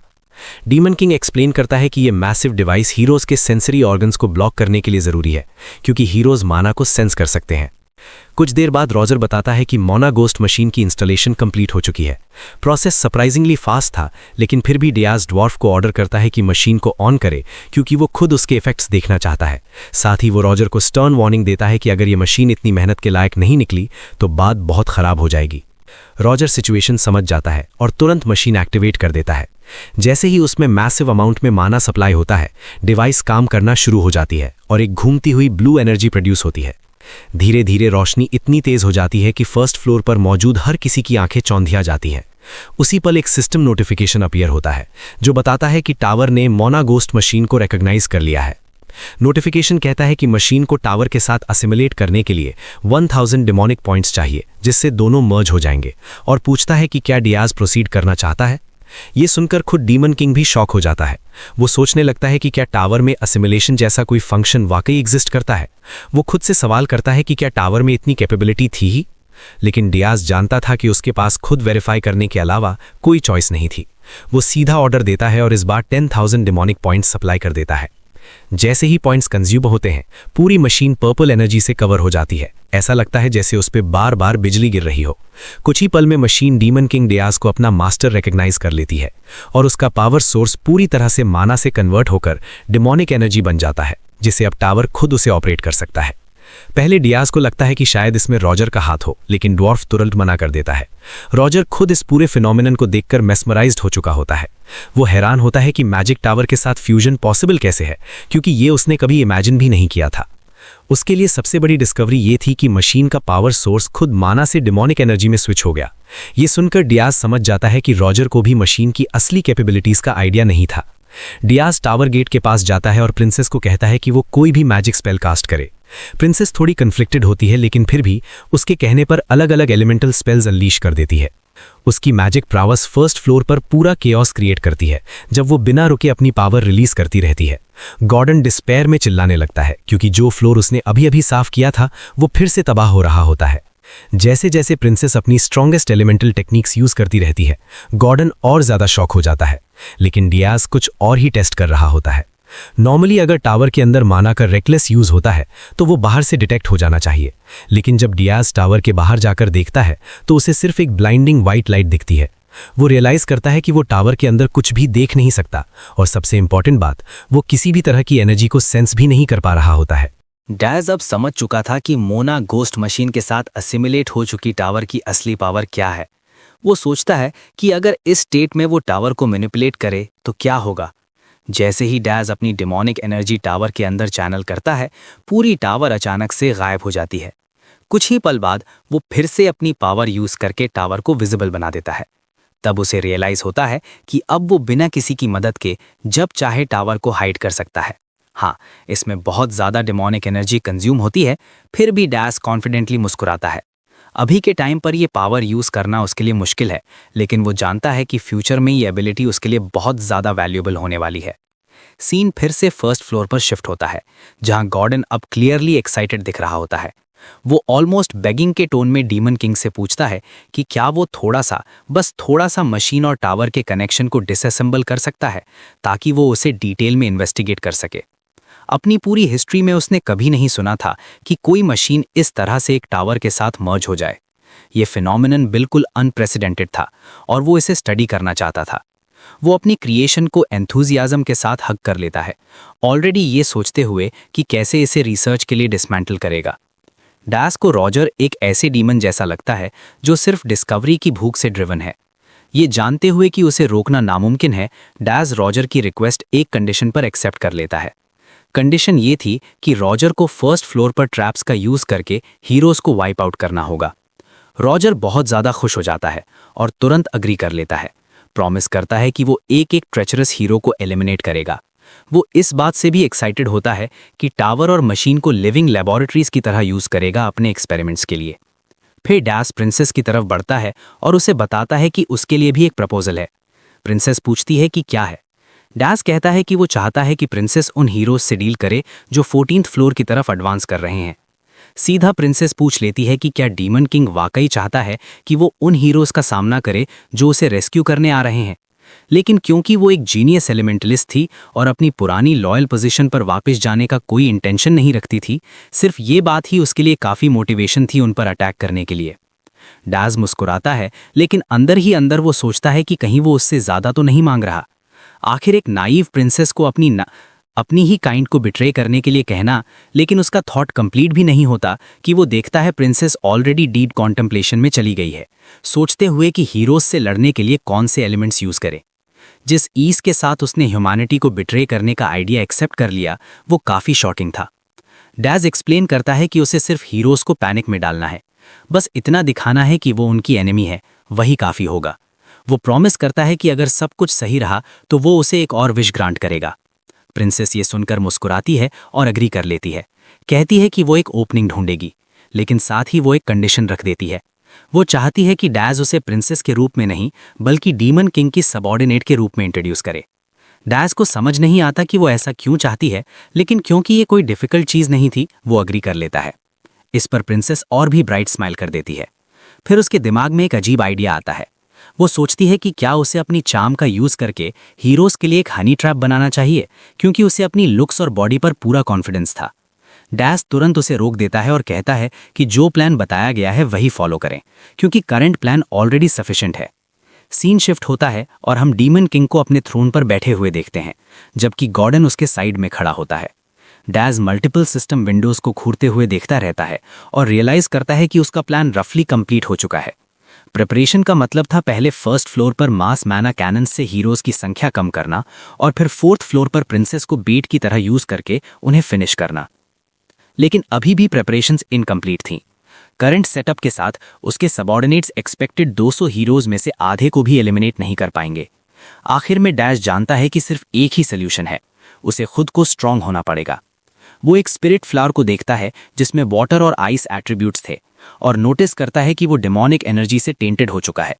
डैश जानता है कि जो स्पिरिट हर्ब्स डेमोनिक एनर्जी से करप्ट हो जाते हैं वो डीमंस के लिए बहुत ज्यादा इफेक्टिव होते हैं, लेकिन एक बिल्कुल काफी नहीं था, उसे और चाहिए थे। सीन फिर से शिफ्ट होता है जब डैश प्रिंसेस को कॉल करता है और उसे बताता है कि वो बाहर जा रहे हैं। प्रिंसेस बिना किसी डिले के रेडी हो जाती है, चाहे टावर के आसपास हैवी स्नोफॉल हो रही हो, लेकिन उनकी स्पिरिट फ्लावर्स की सर्च कंप्लीटली फेल हो जाती है। प्रिंसेस जितनी भी कोशिश कर ले, उसके स्पिरिट्स एक भी स्पिरिट फ्लावर लोकेट नहीं कर पाते। डैश सोचने लगता है कि शायद स्पिरिट्स ही इनकॉम्पिटेंट है, क्योंकि ये ऑलरेडी तीसरी बार फेल हो चुके हैं। वो ये भी सोचता है कि क्या पिछली बार वो सिर्फ लकी थे। प्रिंसेस के लिए ये सिचुएशन काफी ज्यादा स्ट्रेंज थी। स्पिरिट्स के साथ काम करते वक्त ऐसा कभी नहीं होना चाहिए था। अचानक उनके सामने एक जायंट मॉन्स्टर आ जाता है। उसका चेहरा वाइल्ड था, लंबी दाढ़ी थी और बाल भी काफी लंबे थे। डायस तुरंत पहचान जाता है कि ये एक फ्रॉस्ट ऑर्क है। इस रेस को पसंद ना करते हुए डायस बिना टाइम वेस्ट किए उन्हें खत्म करने के लिए एक एनर्जी स्फीयर बनाना शुरू कर देता है, लेकिन अटैक करने से पहले ही सारे ऑर्क्स जमीन पर घुटनों के बल झुक जाते हैं। उनमें से एक आगे बढ़ता है और अपना इंट्रोडक्शन देता है। कहता है कि वो ब्लू फॉरेस्ट ट्राइब का ऑर्क चीफ है। वो डीमन किंग को सलाम करता है और रिक्वेस्ट करता है कि वो उनकी ट्राइब को अपना डिमोनिक किन बना ले। बाकी के सारे ऑर्क्स भी झुक जाते हैं और डायस से गुजारिश करते हैं कि वो उन्हें एक्सेप्ट कर ले। ये सुनकर डायस काफी शॉक्ड हो जाता है। वो जानता था कि फ्रॉस्ट ऑर्क्स को भी पता है कि उनके एंसेस्टर्स डीमंस थे, जिन्होंने डीमन रेल्म को बिट्रे किया था। उसी ओरिजिनल सिन का बोझ लेकर अब वो अपनी रिडेम्पशन चाहते थे, डीमन किंग की सर्विस करके। लेकिन डायस तुरंत उनकी स्वीट बातों के पीछे का सच देख लेता है। असल में उनका गोल डीमन किंग का किन बनना था, ताकि वो और स्ट्रांग हो सके, क्योंकि डिमोनिक एनर्जी ऑर्क्स के लिए स्पिरिट हर्ब से काफी ज्यादा सूटेबल होती है। ऑर्क चीफ को समझ आ जाता है कि डायस सब कुछ समझ चुका है, अब छुपाने का कोई फायदा नहीं था। वो अपने एक सबॉर्डिनेट को ऑर्डर देता है कि एक बॉक्स लेकर आए। जैसे ही बॉक्स खुलता है, उसमें अलग अलग एट्रीब्यूट्स के मल्टीपल स्पिरिट हर्ब्स दिखते हैं। कुछ डिमोनिक एनर्जी से टेंटेड थे और कुछ बिल्कुल प्योर। उस मोमेंट पर डायस और प्रिंसेस दोनों को समझ आ जाता है कि वो स्पिरिट फ्लावर्स क्यों नहीं ढूंढ पाए थे। उन्हें रियलाइज होता है कि ये फ्रॉस्ट ऑर्क्स सिर्फ पावरफुल फाइटर्स ही नहीं है, बल्कि काफी ज्यादा इंटेलिजेंट भी है। ये ऑर्डिनरी फ्रॉस्ट ऑर्क्स से काफी ज्यादा कनिंग थे, प्लानिंग और नेगोशिएशन दोनों में माहिर। ऑर्क चीफ एक्सप्लेन करता है कि जिस हार्श लैंड में वो रहते थे, वहां सिर्फ स्ट्रेंथ से सर्वाइव नहीं किया जा सकता था, इसलिए उनकी ट्राइब ने स्ट्रेंथ के बजाय विजडम को वैल्यू दी। इंटेलिजेंस गेन करने के बाद उनकी फिजिकल पावर कम हो गई थी, क्योंकि वो सीखने में ही ज्यादा फोकस कर रहे थे। अब वो स्ट्रांग बनना चाहते थे। ये सुनकर डायस मुस्कुराता है। मॉन्स्टर्स का स्ट्रेंथ के बजाय विजडम चूज करना उसे काफी अम्यूजिंग लगता है। ये प्रपोजल उसे अजीब तरीके से अपीलिंग लगता है, क्योंकि कहीं ना कहीं ये उसे खुद की याद दिला रहा था। बिना हेजिटेशन के डायस एक कॉन्ट्रैक्ट मैजिक सर्कल कास्ट करता है और फ्रॉस्ट ऑर्क्स को एक्सेप्ट कर लेता है। लेकिन ऑर्क चीफ को और भी बड़ा रिवॉर्ड मिलता है। उसके फोरहेड और चेस्ट पर एक ड्रैगन सिंबल अपीयर होता है और उसके सर पर डिमोनिक हॉर्न्स निकल आते हैं। डीमन किंग उसे ऑर्डर देता है कि वो स्नो फील्ड्स में रोम करे, अपनी ट्राइब को एक्सपैंड करे और नेक्स्ट ऑर्डर्स का वेट करे। डायस प्रॉमिस करता है कि जो सैक्रिफाइसेस वो कर रहा है, उसके बदले में उसे और भी बड़ा रिवॉर्ड मिलेगा। एक menacing red aura arc chief को एनवेलप कर लेती है जब डीमन किंग डिक्लेयर करता है कि उसकी ट्राइब इटर्नल बनेगी और हमेशा याद रखी जाएगी।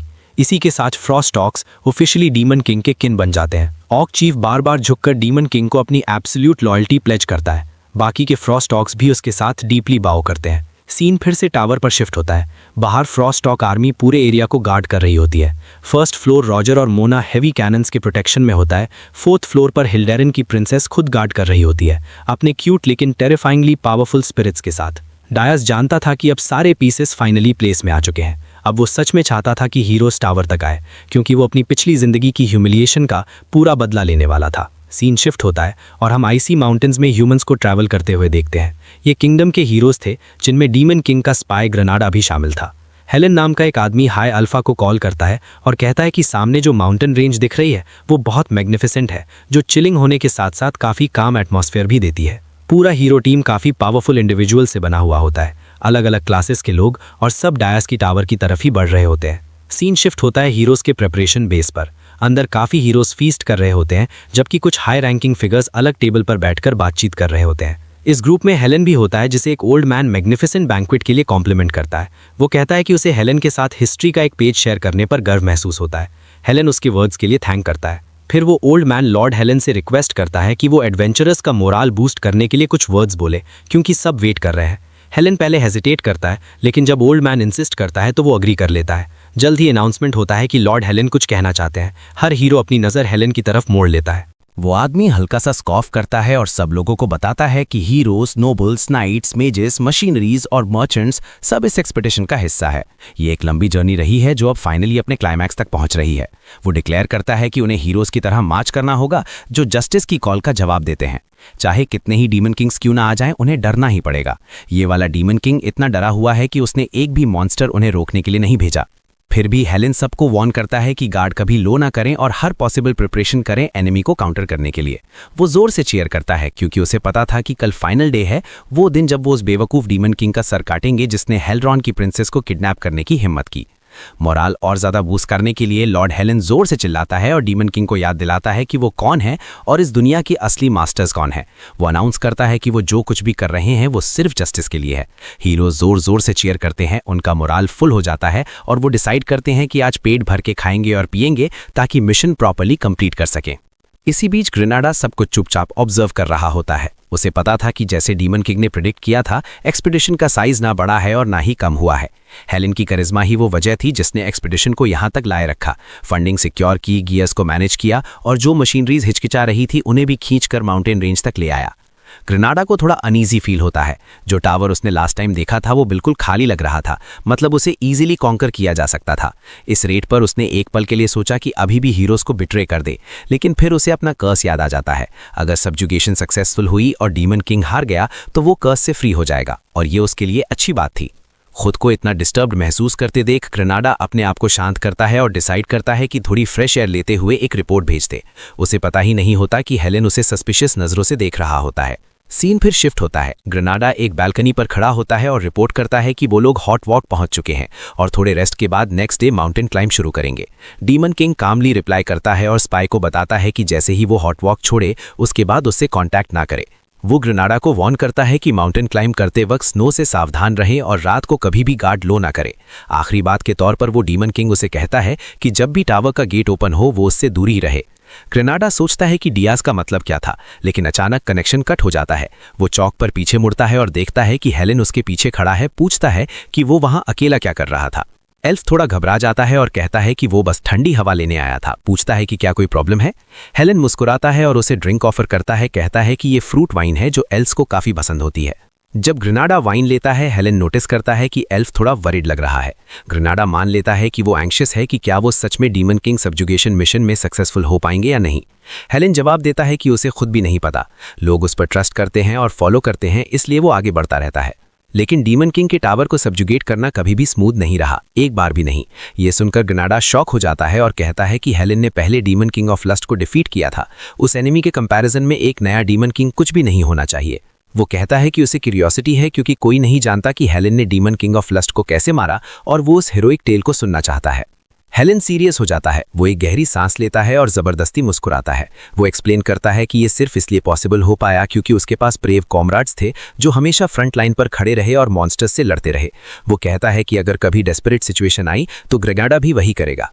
हेलेन ग्रेनाडा से कहता है कि वो लीड लेगा और एल्फ से रिक्वेस्ट करता है कि वो उसकी बैक देखे। अगर दोनों साथ फाइट करें तो विक्ट्री पक्की होगी। ग्रेनाडा प्रॉमिस करता है कि वो ऐसा ही करेगा और दोनों वापस अंदर चले जाते हैं। लेकिन जब ग्रेनाडा पार्टी के लिए अंदर जा रहा होता है, हेलेन पीछे रुक जाता है। उसका एक्सप्रेशन बिल्कुल सीरियस हो जाता है। वो अपनी उंगली में पहनी रिंग को घूरता है एक विशियस नजर के साथ। यहीं से क्लियर होता है कि हेलेन शायद उतना राइटियस नहीं है जितना सब समझते हैं। वो ब्रेव कॉमरेड्स जमा करना चाहता था और उसकी प्लान्स में अब एल्फ ग्रेनाडा भी शामिल हो चुका था।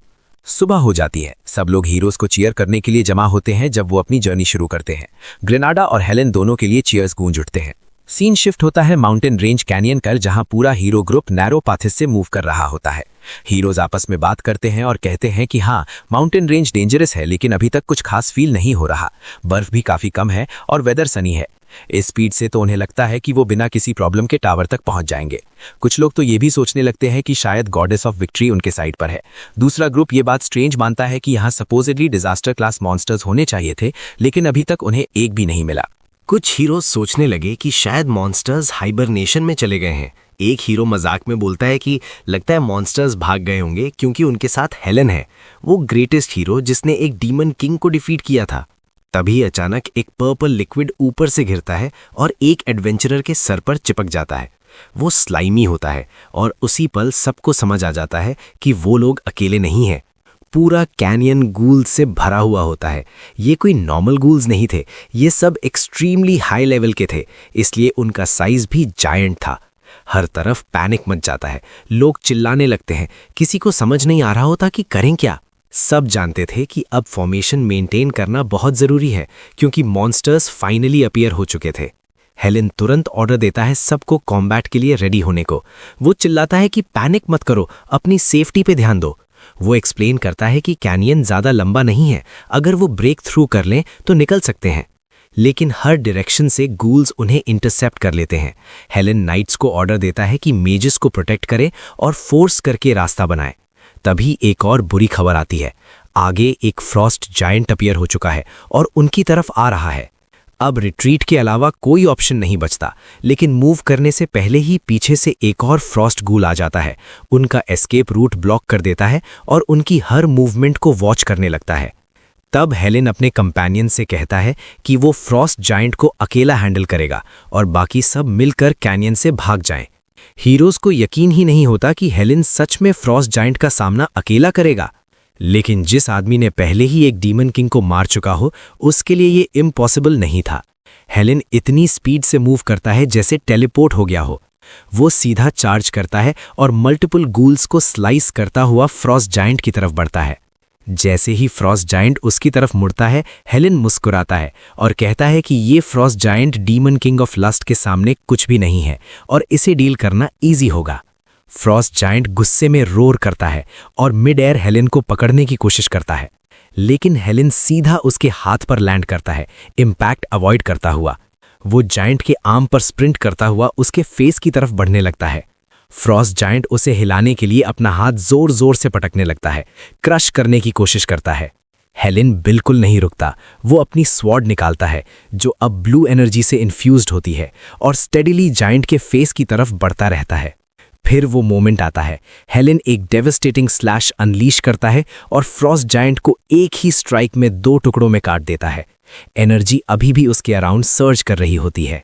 सीरियस एक्सप्रेशन के साथ वो पीछे मुड़ता है और जोर से चिल्लाता है सबको, जितनी तेज भाग सकते हो भागो। मॉन्स्टर्स शॉक में होते हैं और जो एडवेंचरर्स जिंदा बचे होते हैं वो तुरंत कैनियन से भाग जाते हैं, जानते हुए कि ये उनका एक ही चांस है। फ्रॉस्ट जायंट कैनियन के फ्लोर पर गिर जाता है, अनकॉन्शियस और डिफीटेड। जो लोग बच गए होते हैं हेलेन का शुक्र अदा करते हैं। डजन्स ऑफ जायंट गूल्स और एक क्लिफ जैसे फ्रॉस्ट जायंट का सामना करना किसी भी ह्यूमन सेटलमेंट के बस की बात नहीं होती। कई लोग सोचने लगते हैं कि डीमन किंग की टावर भी इतनी टेरिफाइंग नहीं थी। क्योंकि कैजुअलिटीज रिलेटिवली कम थी, सब लॉर्ड हेलेन की तारीफ करते हैं, जानते हुए कि अगर वो ना होते तो लॉसेस बहुत ज़्यादा होते। रूमर्स फैलने लगते हैं कि हेलेन ने डीमन किंग को मारने के बाद उसकी पावर अब्जॉर्ब कर ली थी और अब वो खुद एक डीमन किंग के बराबर का बीइंग बन चुका था। लोग मानते हैं कि इसी वजह से उसकी स्ट्रेंथ इतनी ओवरवेलमिंग है। हीरोज कहने लगते हैं कि अगर हेलेन ने पहले ही एक डीमन किंग को मार दिया है तो कोई भी एनिमी उसके लिए मुश्किल नहीं हो सकता। जब तक वो लॉर्ड हेलेन पर ट्रस्ट करते रहेंगे, उन्हें किसी चीज से डरने की जरूरत नहीं। यहां तक कि एल्फ ग्रानाडा भी सोचता है कि अगर हेलेन लीड कर रहा है तो शायद टावर के पीछे छुपा वो भयानक डीमन किंग भी डिफीट हो सकता है। लेकिन सीन शिफ्ट होता है। हम देखते हैं फ्रॉस्ट ऑक चीफ को अपने सबऑर्डिनेट्स के साथ। वो ऊपर से नीचे उन छोटे से ह्यूमंस को देख रहे होते हैं।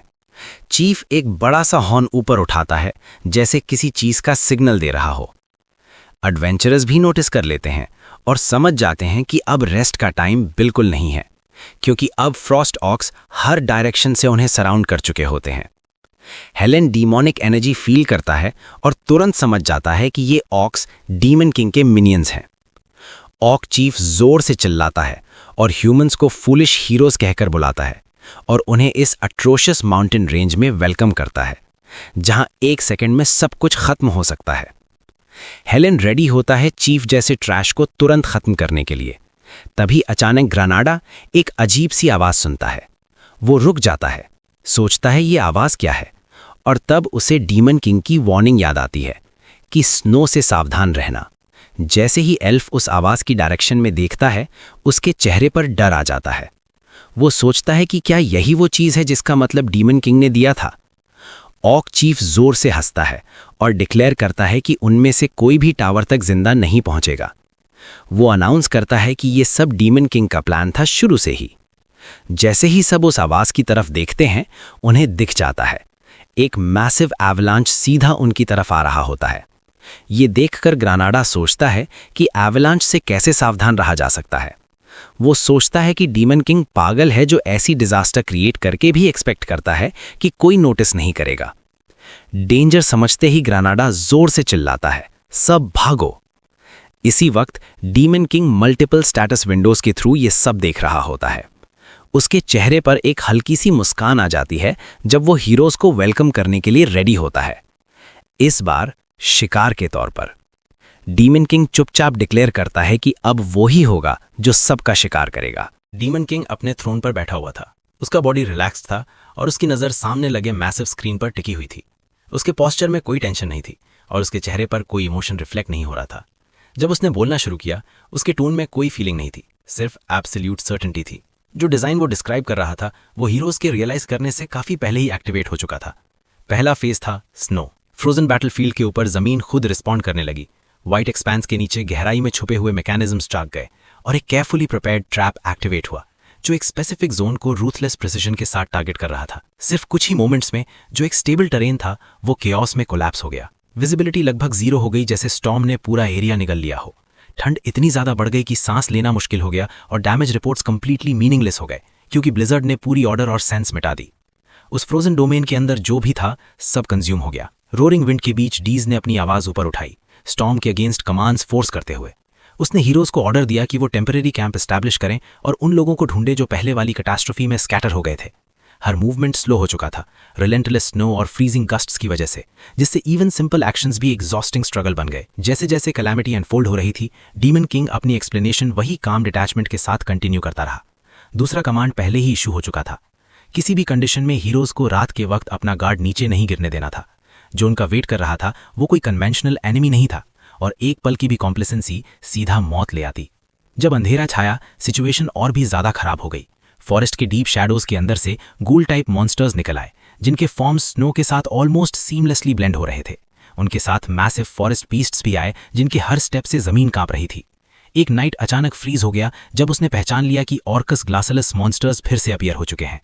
तुरंत वेपन्स ड्रॉ किए गए और हीरोज ने अपनी फॉर्मेशन टाइट कर ली, एक और बैटल के लिए खुद को ब्रेस करते हुए। दूर से ग्रेनाडा ने दांत पीसे। उसके चेहरे पर फ्रस्ट्रेशन ट्विस्ट हो रही थी जब उसने डीमन किंग की रेकलेसनेस को कर्स किया। सिचुएशन एक्सपेक्टेड से काफी ज्यादा तेजी से एस्केलेट हो रही थी। कैलकुलेटेड वॉरफेयर की बाउंड्रीज से बाहर निकल चुकी थी। आखिरकार डीमन किंग खुद मूव हुआ। उसके चेहरे पर एक ग्रिम स्माइल आ गई जब वो बिना हेजिटेशन के आगे बढ़ा। दिन में एवलांच, रात में मॉन्स्टर्स, ये साइकिल मर्सीलेस थी और एंडलेस थी। हीरोज ट्रैप की नेचर को पूरी तरह समझ पाते उससे काफी पहले ही एग्जॉशन उनके बॉडी और माइंड दोनों को खाने लगता। उनका कोलैप्स कोई पॉसिबिलिटी नहीं था, वो सर्टेनिटी थी। 3 दिन बीत गए जो एक अनएंडिंग नाइटमेयर जैसे लग रहे थे। सर्वाइवल और डेथ के बीच का कांस्टेंट स्ट्रगल। जब हीरोज आर्गस माउंटेन्स के हाईएस्ट समिट पर पहुंचे तो टोल क्लियरली दिख रहा था। उनकी मूवमेंट स्लो हो चुकी थी, सांसें हैवी थीं और स्ट्रेंथ विजिबली ड्रेन हो चुकी थी। एक रात कंफ्यूजन फैल गई जब किसी ने क्वाइटली नोट किया कि डीमन किंग का टावर कहीं दिख नहीं रहा था। ये रियलाइजेशन शॉकवेव की तरह पूरे ग्रुप में फैल गई और सब डिसबिलीफ में फ्रीज हो गए। डीज ने अपनी आवाज उठाई। डिसबिलीफ उसके टोन में शार्प और क्लियर थी। टावर इसी समिट पर होना चाहिए था, वही जगह जहां फाइनल कॉन्फ्रंटेशन होनी थी। उसका ना होना लॉजिक को डिफाई कर रहा था और ग्रुप में फैल रही अनीज को और गहरा कर रहा था। अपने डाउट सप्रेस करते हुए डीज ने ऑर्डर दिया कि फॉर्मेशन स्प्लिट हो और सराउंडिंग एरिया सर्च किया जाए। ग्रुप मूव कर पाता उससे पहले ही एक कमांडर आगे बढ़ा और उसने डीज को रोक दिया। उसका स्टांस फर्म था और उसकी आवाज रिस्ट्रेन्ड लेकिन रेजोल्यूट थी। उसने मिशन को फेलियर डिक्लेयर कर दिया, बोलते हुए कि आगे बढ़ना सिर्फ मीनिंगलेस लॉस ऑफ लाइफ ही लाएगा। इस पॉइंट के बाद सर्वाइवल को विक्ट्री से ऊपर रखना होगा। डीज वहीं फ्रीज हो गया। वो धीरे से मुड़ा, शॉक उसके चेहरे पर क्लियरली लिखा हुआ था। जो रिस्पॉन्स उसे मिला वो अनवेवरिंग था और अपॉलॉजी से टिंच था, लेकिन डिसीजन चेंज नहीं हुआ। दांत पीसते हुए डीज ने कुछ नहीं कहा। आर्गस माउंटेन्स में एंटर करने के 6 दिन बाद डीमन किंग का टावर फाइनली डिस्कवर हुआ। जैसे ही वो नजर आया, हीरोज के बीच फ्यूरी एक्सप्लोड हो गई। एक आवाज गुस्से में उठी और मिंटानिया के डिस्ट्रक्शन को कंडेम करते हुए ये सवाल किया कि कौन सी मैडनेस इतनी क्रूएल्टी को जस्टिफाई कर सकती है। जब टावर के गेट्स फोर्सफुली खोल दिए गए, कॉन्फिडेंस फिर से हीरोज के रैंक्स में सर्च कर गया। एक नाइट डिसमिसिवली हंसा, बोलते हुए कि फर्स्ट फ्लोर सिर्फ वीक एनिमीज का नेस्ट है और सबको आगे बढ़ने के लिए अर्ज किया। उसी मोमेंट डीमन किंग ने बोला। उसकी आवाज पूरे टावर में ठंडी गूंज के साथ फैल गई, हर डायरेक्शन से एक ही वक्त पर एको करती हुई। उसके चेहरे पर एक चिलिंग सी स्माइल फैल गई, जैसे ही उसकी सिर्फ प्रेजेंस ही सफोकेटिंग बन गई। उसकी आंखों में क्रिम्सन रोशनी जल उठी जब उसका असली डिमोनिक फॉर्म मैनिफेस्ट हुआ और पूरी जगह ओवरवेलमिंग प्रेशर से भर गई। ये तीसरा कमांड था। जैसे ही टावर के डोर्स खुले, जो भी अंदर कदम रखता सीधा जहन्नम में फेंक दिया जाता।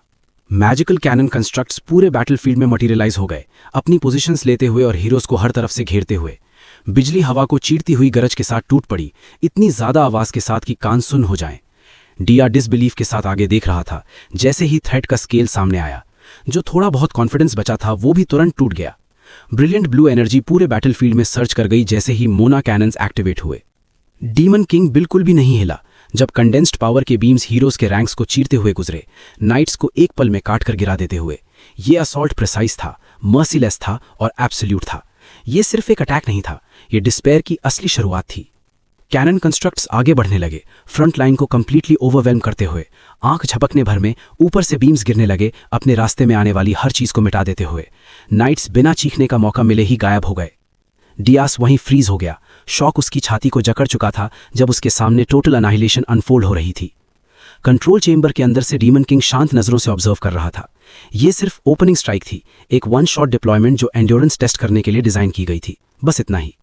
जब डिस्ट्रक्शन थमी, डीमन किंग ने स्क्रीन को देखा और उसके होंठों पर एक हल्की सी मुस्कान आ गई। सब कुछ होने के बाद भी डियास अभी तक खड़ा था।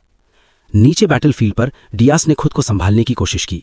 उसने अपनी तलवार पर ग्रिप टाइट की और अपने बॉडी को जबरदस्ती सीधा खड़ा किया।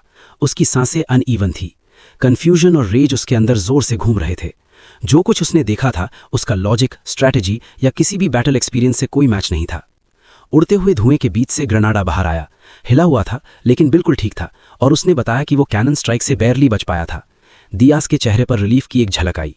बिना एक पल सोचे उसने प्रपोज किया कि अगले फ्लोर की तरफ आगे बढ़ना चाहिए। ग्रेनाडा थोड़ा रुका, सिर्फ दोनों के बचे होने की सिचुएशन को ध्यान से देखते हुए। हालात अनडिनायबल तौर पर डेंजरस थे। डियास ने फर्मली जवाब दिया, ग्रेनाडा को याद दिलाते हुए कि कैसे उसने पहले डीमन किंग ऑफ लस्ट को हराकर उसकी पावर अब्सॉर्ब की थी। उस ऑडियल के कंपैरिजन में ये एनिमी रीच के बाहर नहीं था। जब तक वो दोनों साथ खड़े थे, विक्ट्री पॉसिबल थी।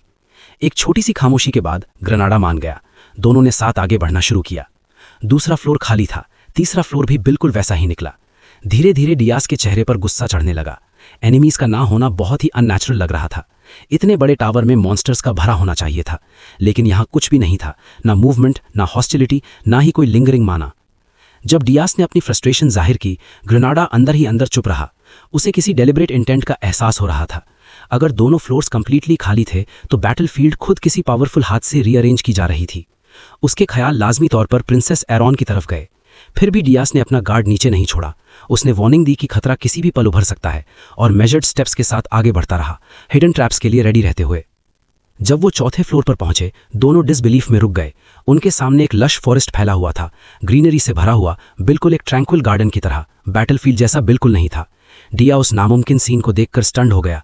एक टावर के अंदर जंगल का होना लॉजिक से परे था। ग्रेनाडा ने धीरे से सांस छोड़ी और सच कंफर्म किया, ये एक कर्स था, एक स्पेशल डिस्टॉर्शन जो एडवांस्ड मैजिक से क्रिएट की गई थी। डाउट डियास के दिमाग में घुस गया जब उसने सोचा कि क्या वो वाकई डीमन किंग के टावर के अंदर ही है या नहीं। जवाब आने से पहले ही डियास की नजर आगे शांत खड़ी एक फिगर पर पड़ी। उसकी सांस अटक गई। एक यंग वुमेन वहां खड़ी थी, डिमोनिक अटायर पहने हुए, जिसमें से डार्क माना रेडिएट कर रहा था। उसका अपीयरेंस डेलिकेट था, ऑलमोस्ट फ्रेजाइल, लेकिन साथ ही डीपली अनसेटलिंग भी। उसने अपना इंट्रोडक्शन दिया, खुद को उन 4 हेवनली किंग्स में से एक बताते हुए जो डीमन किंग की सेवा और हिफाजत करते थे, डार्क स्पिरिट मास्टर। उसका डिमीनियर हल्का था, ऑलमोस्ट प्लेफुल, जैसे पूरी सिचुएशन उसे अम्यूज कर रही हो। डियास यहां एक प्रिंसेस को रेस्क्यू करने आया था, लेकिन अब वही उसके सामने एनिमी बनकर खड़ी थी। फॉरेस्ट पर खामोशी छा गई। फिर रियलाइजेशन डियास पर ब्लेड की तरह गिरा। पहचान होते ही उसकी आंखें फैल गईं और ग्रेनाडा के चेहरे पर डिस्पेयर की झलक आ गई। यंग वुमेन ने प्रिंसेस होने का टाइटल डिनाई किया और अपनी आइडेंटिटी डार्क स्पिरिट मास्टर के तौर पर असर्ट की। बड़ी ही कैजुअली इसके साथ उसने डार्क स्पिरिट मैजिक समन कर ली। डियास का शौक और गहरा हो गया। वो स्पेल स्पिरिट आर्ट्स के हाईएस्ट ईयर का था।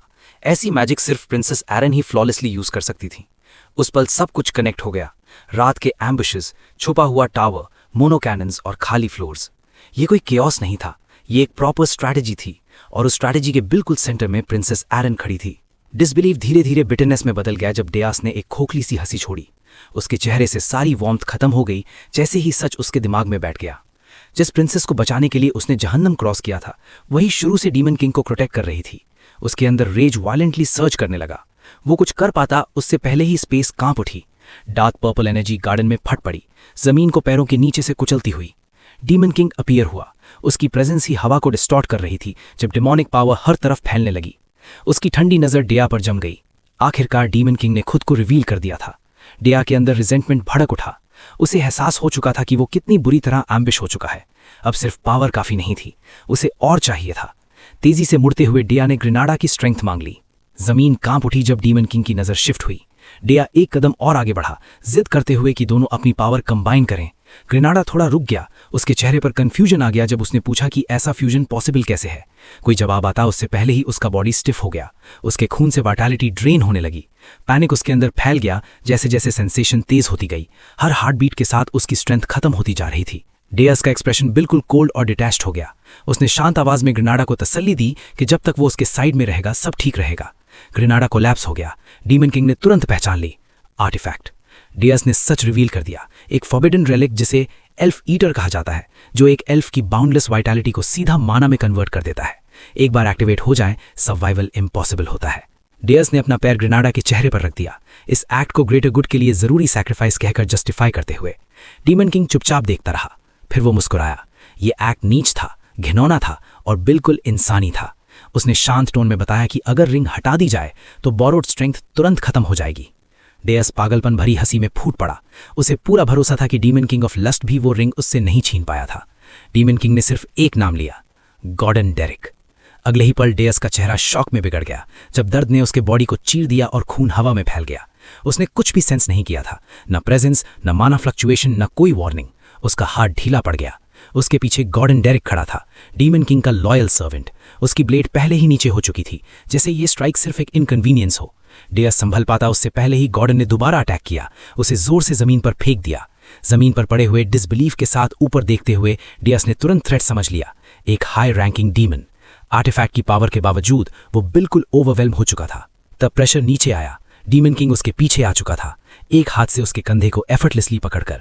उसकी आंखों में क्रिम्सन रोशनी जल रही थी जब उसके होठों से हल्की सी ऑलमोस्ट अम्यूज्ड हंसी निकली। एस्केप नामुमकिन था। डेयस ने हिलने की कोशिश की लेकिन उसका बॉडी रिस्पॉन्ड देने से इनकार कर रहा था। तब उसे सच समझ आया, स्पेस खुद एक केज बन चुकी थी। उसके सामने एक मैसिव वुल्फ शेप्ड प्रेजेंस थी, एक एंशिएंट रूलर जिसका अथॉरिटी कभी पूरे कॉन्टिनेंट पर छाया हुआ था। डेयस की आंखों में समझ आ गया, अब भागने के लिए कहीं भी जगह नहीं थी। डार्क एनर्जी डीमन किंग के इर्द गिर्द जमा होने लगी, वायलेंटली घूमती हुई। जमीन उसके वेट से क्रैक होने लगी। उसकी आवाज में एक चिलिंग काम था जब उसने डिक्लेयर किया कि अब वक्त आ चुका है दिखाने का कि असल में डीमन किंग होता क्या है। रंबलिंग और तेज होने लगी। डेयर्स की आंखें प्योर शॉक में फैल गईं जब ऑप्रेसिव एनर्जी पूरे बैटलफील्ड में फैलती चली गई, हर कोने में डिस्ट्रक्शन का विस्पर छोड़ती हुई। डेया के एक डेविस्टेटिंग स्ट्राइक के बाद भी हिलन जमीन पर पड़ा हुआ था, आधा मरा हुआ लेकिन जिंदा। उसे डिफीट करने के बाद भी डेयस ने माना कि हिलन की पावर और स्ट्रेंथ वाकई इंप्रेसिव थी, क्योंकि इतने पावरफुल अटैक के बाद जिंदा रहना कोई छोटी बात नहीं थी। फिर डेयस ने ठंडी आवाज में रेमिज को ऑर्डर किया कि हिल के हाथ बांधकर उसे प्रिजन में फेंक दिया जाए। साथ ही उसने ये भी कहा कि जो बाकी ह्यूमंस दरवाजे के बाहर कोलैप्स हो चुके थे उन सबको भी लॉकअप कर दिया जाए। रेमिज ने बिना एक पल वेस्ट किए कमांड एक्सेप्ट की और एक्शन में आ गया। दूसरी तरफ ग्रेनाडा की कंडीशन बहुत बुरी थी। वो बिल्कुल एक सफेद स्केलेटन जैसा लग रहा था और दर्द में कराह रहा था, कहते हुए कि उसे आफ्टर लाइफ दिख रही है। डेयस ने उसकी मेहनत की तारीफ की और मजाक उड़ाते हुए उसे रिवॉर्ड दिया। फिर उसने स्पिरिट ब्लॉसम यूज किया और एक पल में ग्रेनाडा कंप्लीटली हील हो गया। वो अचानक इतनी जल्दी रिकवर होने के बाद शॉक में वहीं खड़ा रह गया। उसके बाद डीज ने स्पिरिट ब्लॉसम प्रिंसेस पर भी यूज किया। ये सब देखकर ग्रेनाडा के दिमाग में सवाल आया कि क्या डीज ने उसे भी इसी तरह हील किया था। थोड़ी ही देर में ड्वार्फ खुशी से चिल्लाता हुआ आगे आया। डीज ने उसकी मेहनत को एक्नॉलेज किया और उसे टावर डिसमेंटल करने की परमिशन दे दी। ये सुनते ही ड्वार्फ बेइंतहा खुश हो गया और जोर जोर से सेलिब्रेट करने लगा, डीमन किंग के लिए ग्रैटिट्यूड से भरा हुआ। सब कुछ सेटल हो जाने के बाद डीज ने सबको ऑर्डर दिया कि अपनी अपनी ड्यूटी पर वापस लौट जाओ और जिन फ्लोर्स की जिम्मेदारी उन्हें दी गई थी उनको रीस्टोर और मेंटेन करो। अपने फाइनल इंस्ट्रक्शंस देने के बाद डीज वहां से चला गया। जब मामला शांत हुआ, ग्रेनाडा ने जो कुछ भी देखा था उस पर सोचना शुरू किया। इतनी भयंकर फाइट के बाद भी डीमन किंग बिल्कुल ठीक लग रहा था, जो उसकी रेपुटेशन को और स्ट्रांग करता था। ग्रेनाडा के लिए ये बिल्कुल वही था जो एक डीमन किंग से एक्सपेक्ट किया जाता है। लेकिन प्रिंसेस कुछ अलग ही लग रही थी। वो गहरी सोच में डूबी हुई थी। जब ग्रेनाडा ने पूछा कि क्या बात परेशान कर रही है तो उसने बात को टाल दिया और कहा कि कुछ नहीं है। फिर भी धीरे से उसने कहा कि उसे लगता है कि डीमन किंग थक चुका है। सीन फिर डीस पर शिफ्ट होता है जब वो सबकी नजरों से दूर जमीन पर थका हुआ पड़ा होता है। वो दांत पीसकर खुद से मानता है कि फाइट कितनी क्लोज थी। वो अपने आप को याद दिलाता है कि एक डीमन किंग कभी भी अपनी कमजोरी दिखाने का रिस्क नहीं ले सकता। वो हील और कारगिल को कर्ज करता है और मानता है कि वो ह्यूमन वाकई कितना खतरनाक था। डीस सोचता है कि कॉन्टिनेंट के 10 स्ट्रॉन्गेस्ट हीरोज यानी 10 स्टार्स का सामना करना क्या मतलब रखता है। उसे पता था कि हील एंड कारगिल उन्हीं में से एक था, लेकिन उनमें भी वीकेस्ट माना जाता था। डीज ये भी मानता है कि इस लाइफ में उसने अपनी डेमोनिक एनर्जी पॉइंट्स का ज्यादा यूज नहीं किया था, पार्टली इसलिए क्योंकि उसके पास ज्यादा रिसोर्सेज नहीं थे। उसे ये भी समझ आ गया था कि अगर heal and Kargil perfect condition में होता तो जीतना पॉसिबल नहीं होता। उसकी प्लान ने हील को धीरे धीरे वियर डाउन किया, उसे प्रोवोक किया और पैनिक की स्टेटमेंट हकेल दिया। जो कुछ भी हुआ उसकी वजह से हील का फील्ड ऑफ व्यू नैरो हो गया और उसने एक क्लियर ओपनिंग एक्सपोज कर दी। वही एक गलती थी जिसमें डीज का ऑल आउट स्ट्राइक सक्सेसफुली लग गया। फिलहाल के लिए डीज इसे एक परफेक्ट विक्ट्री मानता है, चाहे ये एक डीमन किंग के यूजुअल स्टैंडर्ड्स पर पूरी ना उतरती हो। उसे एहसास होता है कि कुछ अनप्रेसिडेंटेड हो चुका है। उसने फेट को बदलने में कामयाबी हासिल कर ली थी। ये रियलाइजेशन उसके अंदर एक नई रिजॉल्व भर देता है। उसे लगता है कि वो फ्यूचर को बदल सकता है और आखिरकार उन हीरोज से बदला ले सकता है जिन्होंने कभी उसे बर्बाद कर दिया था। जब बैटलफील्ड से टेंशन हटने लगती है, scene Holton walk press conference hall में शिफ्ट होता है। वहां पूरा कियोस मचा हुआ था। लोग एक दूसरे पर चिल्ला रहे थे, रिपोर्टर्स ऑफिशियल्स पर इल्जाम लगा रहे थे, कहते हुए कि ये सब बकवास फैला रहे हैं। वो मजाक उड़ा रहे थे इस क्लेम का कि हीरोज ने सिर्फ इसलिए गिव अप कर दिया क्योंकि वो टावर ढूंढ नहीं पाए। इन्वेस्टर्स गुस्से में थे और अकाउंटेबिलिटी मांग रहे थे, जोर देकर पूछ रहे थे कि इस फेलियर का जिम्मेदार कौन है। इस हंगामे के बीच एक आदमी जोर से बोलता है कि मिशन अभी भी फेल नहीं हुआ है। उसका कहना था कि अभी भी उम्मीद बाकी है। वो कहता है कि सर हील एंड कारगिल और बाकी महान हीरोज ने गिव अप नहीं किया है। उसके मुताबिक वो अभी भी डीमन किंग के टावर को ढूंढ रहे हैं, बस थोड़ा और टाइम चाहिए। तभी किंग गुस्से से फट पड़ता है। वो हीलन कारगिल को कर्स करता है, उसकी एरोगेंस और फेलियर पर चिल्लाता है। वो कहता है कि हीलन ने बड़ी बड़ी बातें की लेकिन रिजल्ट 0 दिया। वो ऐलान करता है कि अगर हीलन प्रिंसेस को रेस्क्यू करने में फेल हुआ तो उसे बिना किसी रहमत के एग्जीक्यूट कर दिया जाएगा। प्रिंसेस गुस्से और फ्रस्ट्रेशन में हीरो की जर्नी के बारे में बोलना चाहती है, लेकिन किंग उसे बीच में ही रोक देता है। वो किसी एक्सप्लेनेशन में इंटरेस्टेड नहीं होता और तुरंत ऑर्डर देता है कि लोअर को ढूंढा जाए। उनके इर्द गिर्द लोगों के बीच अफवाहें फैलने लगती हैं। कुछ लोग कहते हैं कि सर हीलन कारगिल कभी वापस नहीं आया। कुछ लोग ये भी कहते हैं कि वो पहले ही मर चुका है। जैसे जैसे ये रूमर्स फैलते जाते हैं, नए डीमन किंग की खबर पूरे कॉन्टिनेंट में तेजी से फैल जाती है। कहानी हर जगह जाकर और ज्यादा ट्विस्टेड और एग्जैजरेटेड हो जाती है। पूरा वर्ल्ड गहरे गम में डूब जाता है और इसी वाइड स्प्रेड डिस्पेयर की वजह से बर्ड की demonic energy points dangerous speed से एक्यूमुलेट होने लगते हैं। सीन फिर हीरोज गिल्ड के हेडक्वार्टर्स में शिफ्ट होता है, जहां एक टेंस कॉन्फ्रेंस मीटिंग चल रही होती है। बाकी हीरोज हीरो वॉटन से सख्त सवाल करते हैं, मांग करते हैं कि वो बताएं कि उसकी रिपोर्ट में जरा सी भी झूठ तो नहीं है। वॉटन अपने नाम की कसम खाता है और कहता है कि जो कुछ उसने कहा वो पूरी तरह सच है। एक एल्डर हीरो ठंडी आवाज में जवाब देता है कि सिचुएशन बहुत ही ज्यादा सीरियस है, लेकिन क्योंकि नए डीमन किंग की आइडेंटिटी अभी तक अननोन है, वो जोर देता है कि कॉशन जरूरी है। वो सबको याद दिलाता है कि हीलन कारगिल 10 स्टार्स में से एक था और उसे आसानी से डिफीट नहीं किया जा सकता। ये फैसला लिया गया कि हेलेन की कोई भी न्यूज आने तक 10 दिन और वेट किया जाएगा।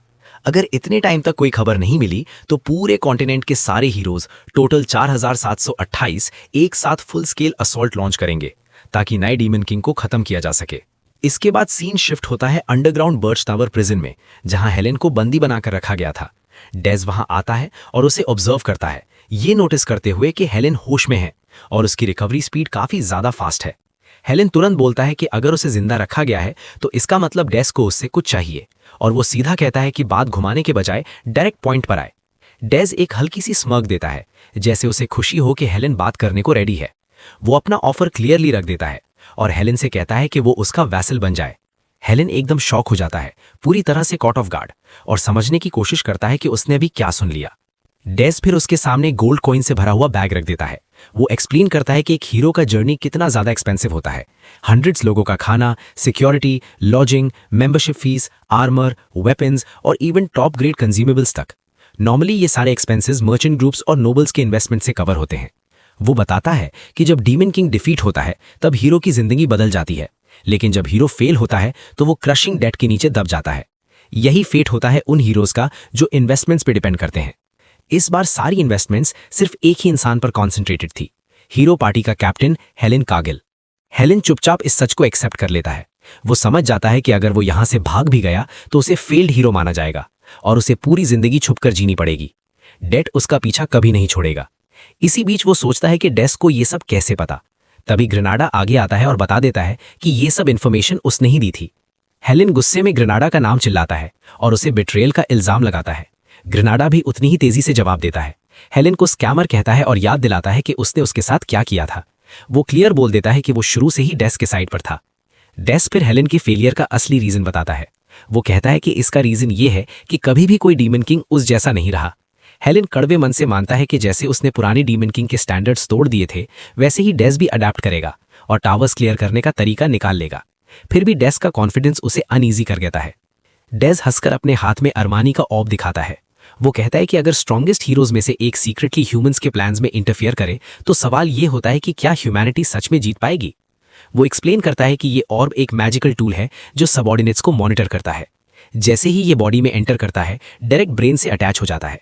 डेस तुरंत जान जाएगा कि हेलेन के अंदर उसके खिलाफ कोई हॉस्टिलिटी हुई। सिर्फ एक जेस्चर में वो उसका ब्रेन डिस्ट्रॉय कर सकता है। वो कहता है कि ये एक टेस्ट है। अगर ऑर्ब हेलेन के बॉडी के साथ अडैप्ट नहीं हुआ तो इसका मतलब रिजेक्शन होगा। उस केस में डेस बिना हेजिटेशन के उसे मार देगा, क्योंकि और भी काफी हीरोज अवेलेबल हैं। फिर दिखाया जाता है कि हेलेन के बाकी कंपेनियंस जमीन पर पड़े हुए हैं, आधे मरे हुए, दर्द में कराहते हुए, हिलने की भी ताकत नहीं। हेलेन डेस्परेट होकर डेस को रोकने की कोशिश करता है और कहता है कि इतना स्ट्रांग हीरो होने के बावजूद माइंड कंट्रोल मैजिक उस पर काम नहीं करेगी। उसका मानना होता है कि जैसे ही ऑर्ब उसके बॉडी में जाएगा वो खुद ही डिसअपियर हो जाएगा। ग्रेनाडा एक ग्रिन के साथ कहता है कि हीरो अपनी ही विल से अपनी मेंटल डिफेंसेस हटा सकता है। डेस एक मॉकिंग स्मग देता है, जैसे कह रहा हो कि हेलेन के अपने ही वर्ड्स ने उसकी फेट सील कर दी। गुस्से में हेलेन डेस को गालियां देता है, उसे डिरेंज्ड एल्फ कहता है और पूछता है कि क्या उसे जरा भी शर्म नहीं आती। वो कहता है कि डेस को शर्मिंदा होना चाहिए इतना प्रेशियस मैजिकल टूल वेस्ट करने के लिए, और स्वेयर करता है कि वो कभी डीमन किंग के आगे सबमिट नहीं करेगा। डेस उसकी बात इग्नोर करता है, उसे कोल्डली चुप कराता है और जबरदस्ती हेलेन को ऑर्ब निगलने पर मजबूर कर देता है। जैसे ही मैजिक एक्टिवेट होता है, हेलेन के पूरे बॉडी में भयानक दर्द फैल जाता है। ग्रेनाडा ऑब्जर्व करता है कि हेलेन काफी ज्यादा टेनिशियस है और पूछता है कि अगर वो डेथ चूज करे तो क्या होगा। डेस बिल्कुल भी कंसर्न नहीं होता और कामली कहता है कि जो इंसान अपने कॉमरेड्स को पैसे के लिए डिस्पोजेबल टूल समझता हो वो कभी अपनी जान सैक्रिफाइस नहीं करेगा। तभी एक स्टेटस विंडो अपीयर होती है जिसमें लिखा होता है हेलेन कार्गिल, इक्विपमेंट अरमानी का ऑर्ब, स्टेटस डीमन किंग का वैसल। ट्रांसफॉर्मेशन कंप्लीट होते ही हेलेन गुस्से और नफरत में कर्ज करता है। फिर सीन वापस कैसल में आता है जहां रेमेक डेइस से बात कर रहा होता है। वो कहता है कि चाहे हेलेन कार्गिल को वैसल बना दिया गया हो, लेकिन उस पर 1 लाख गोल्ड का मैसिव डेट है, जिसकी वजह से उसके एक्शंस काफी ज्यादा रिस्ट्रिक्टेड रहेंगे। रेमेक ये भी पॉइंट आउट करता है कि पहले जो gold coins demonic energy points के लिए एक्सचेंज किए गए थे वो सिर्फ लगभग 2000 गोल्ड थे, जो एक छोटी नेशन के एनुअल बजट के बराबर होते हैं। फिर वो सवाल करता है कि इतना ज्यादा गोल्ड आखिर कलेक्ट कैसे किया जाएगा। डेइस एक कॉन्फिडेंसी स्मर्क के साथ जवाब देता है और कहता है कि अब वक्त आ चुका है कि उसे एक मैसेज मिले। जब रेमेक कंफ्यूज हो जाता है तो डेइस क्लैरिफाई करता है कि वो यूनिसन ऑफ टावर्स की बात कर रहा है, एक एनुअल गैदरिंग जहां सारे डीमन किंग्स एक जगह इकट्ठा होते हैं। अपने मन में डेइस अपनी प्रीवियस लाइफ को याद करता है। उसे याद आता है कि वो कभी भी ऐसे गैदरिंग्स में शामिल नहीं होता था, क्योंकि उसे डीमन किंग्स का एक साथ बंद होना बिल्कुल पसंद नहीं था, बल्कि उसे ये आइडिया ही घिनौना लगता था।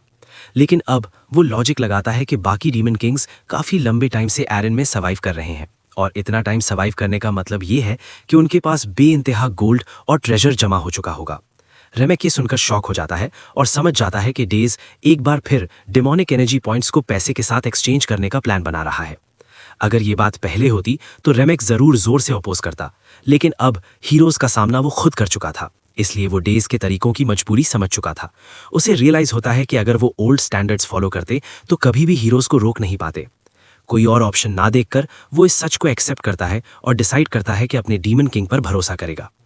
तभी एक नया मैसेज आता है। यूनिसन ऑफ टावर्स का इन्विटेशन डिलीवर हो चुका होता है। रेमेक तुरंत डेइस को इन्फॉर्म करता है। डेइस एक चालाक सी मुस्कान के साथ जवाब देता है और कहता है कि वो जरूर जाएंगे। अपने मन में डेइस डिसाइड कर लेता है कि इस बार वो अपने सीनियर डीमन किंग्स को बुरी तरह स्विंडल करेगा। रेमेक ऑर्डर को एक्सेप्ट करता है और पूरी वफादारी के साथ कहता है कि वो अपने डीमन किंग के हर हुक्म पर चलेगा।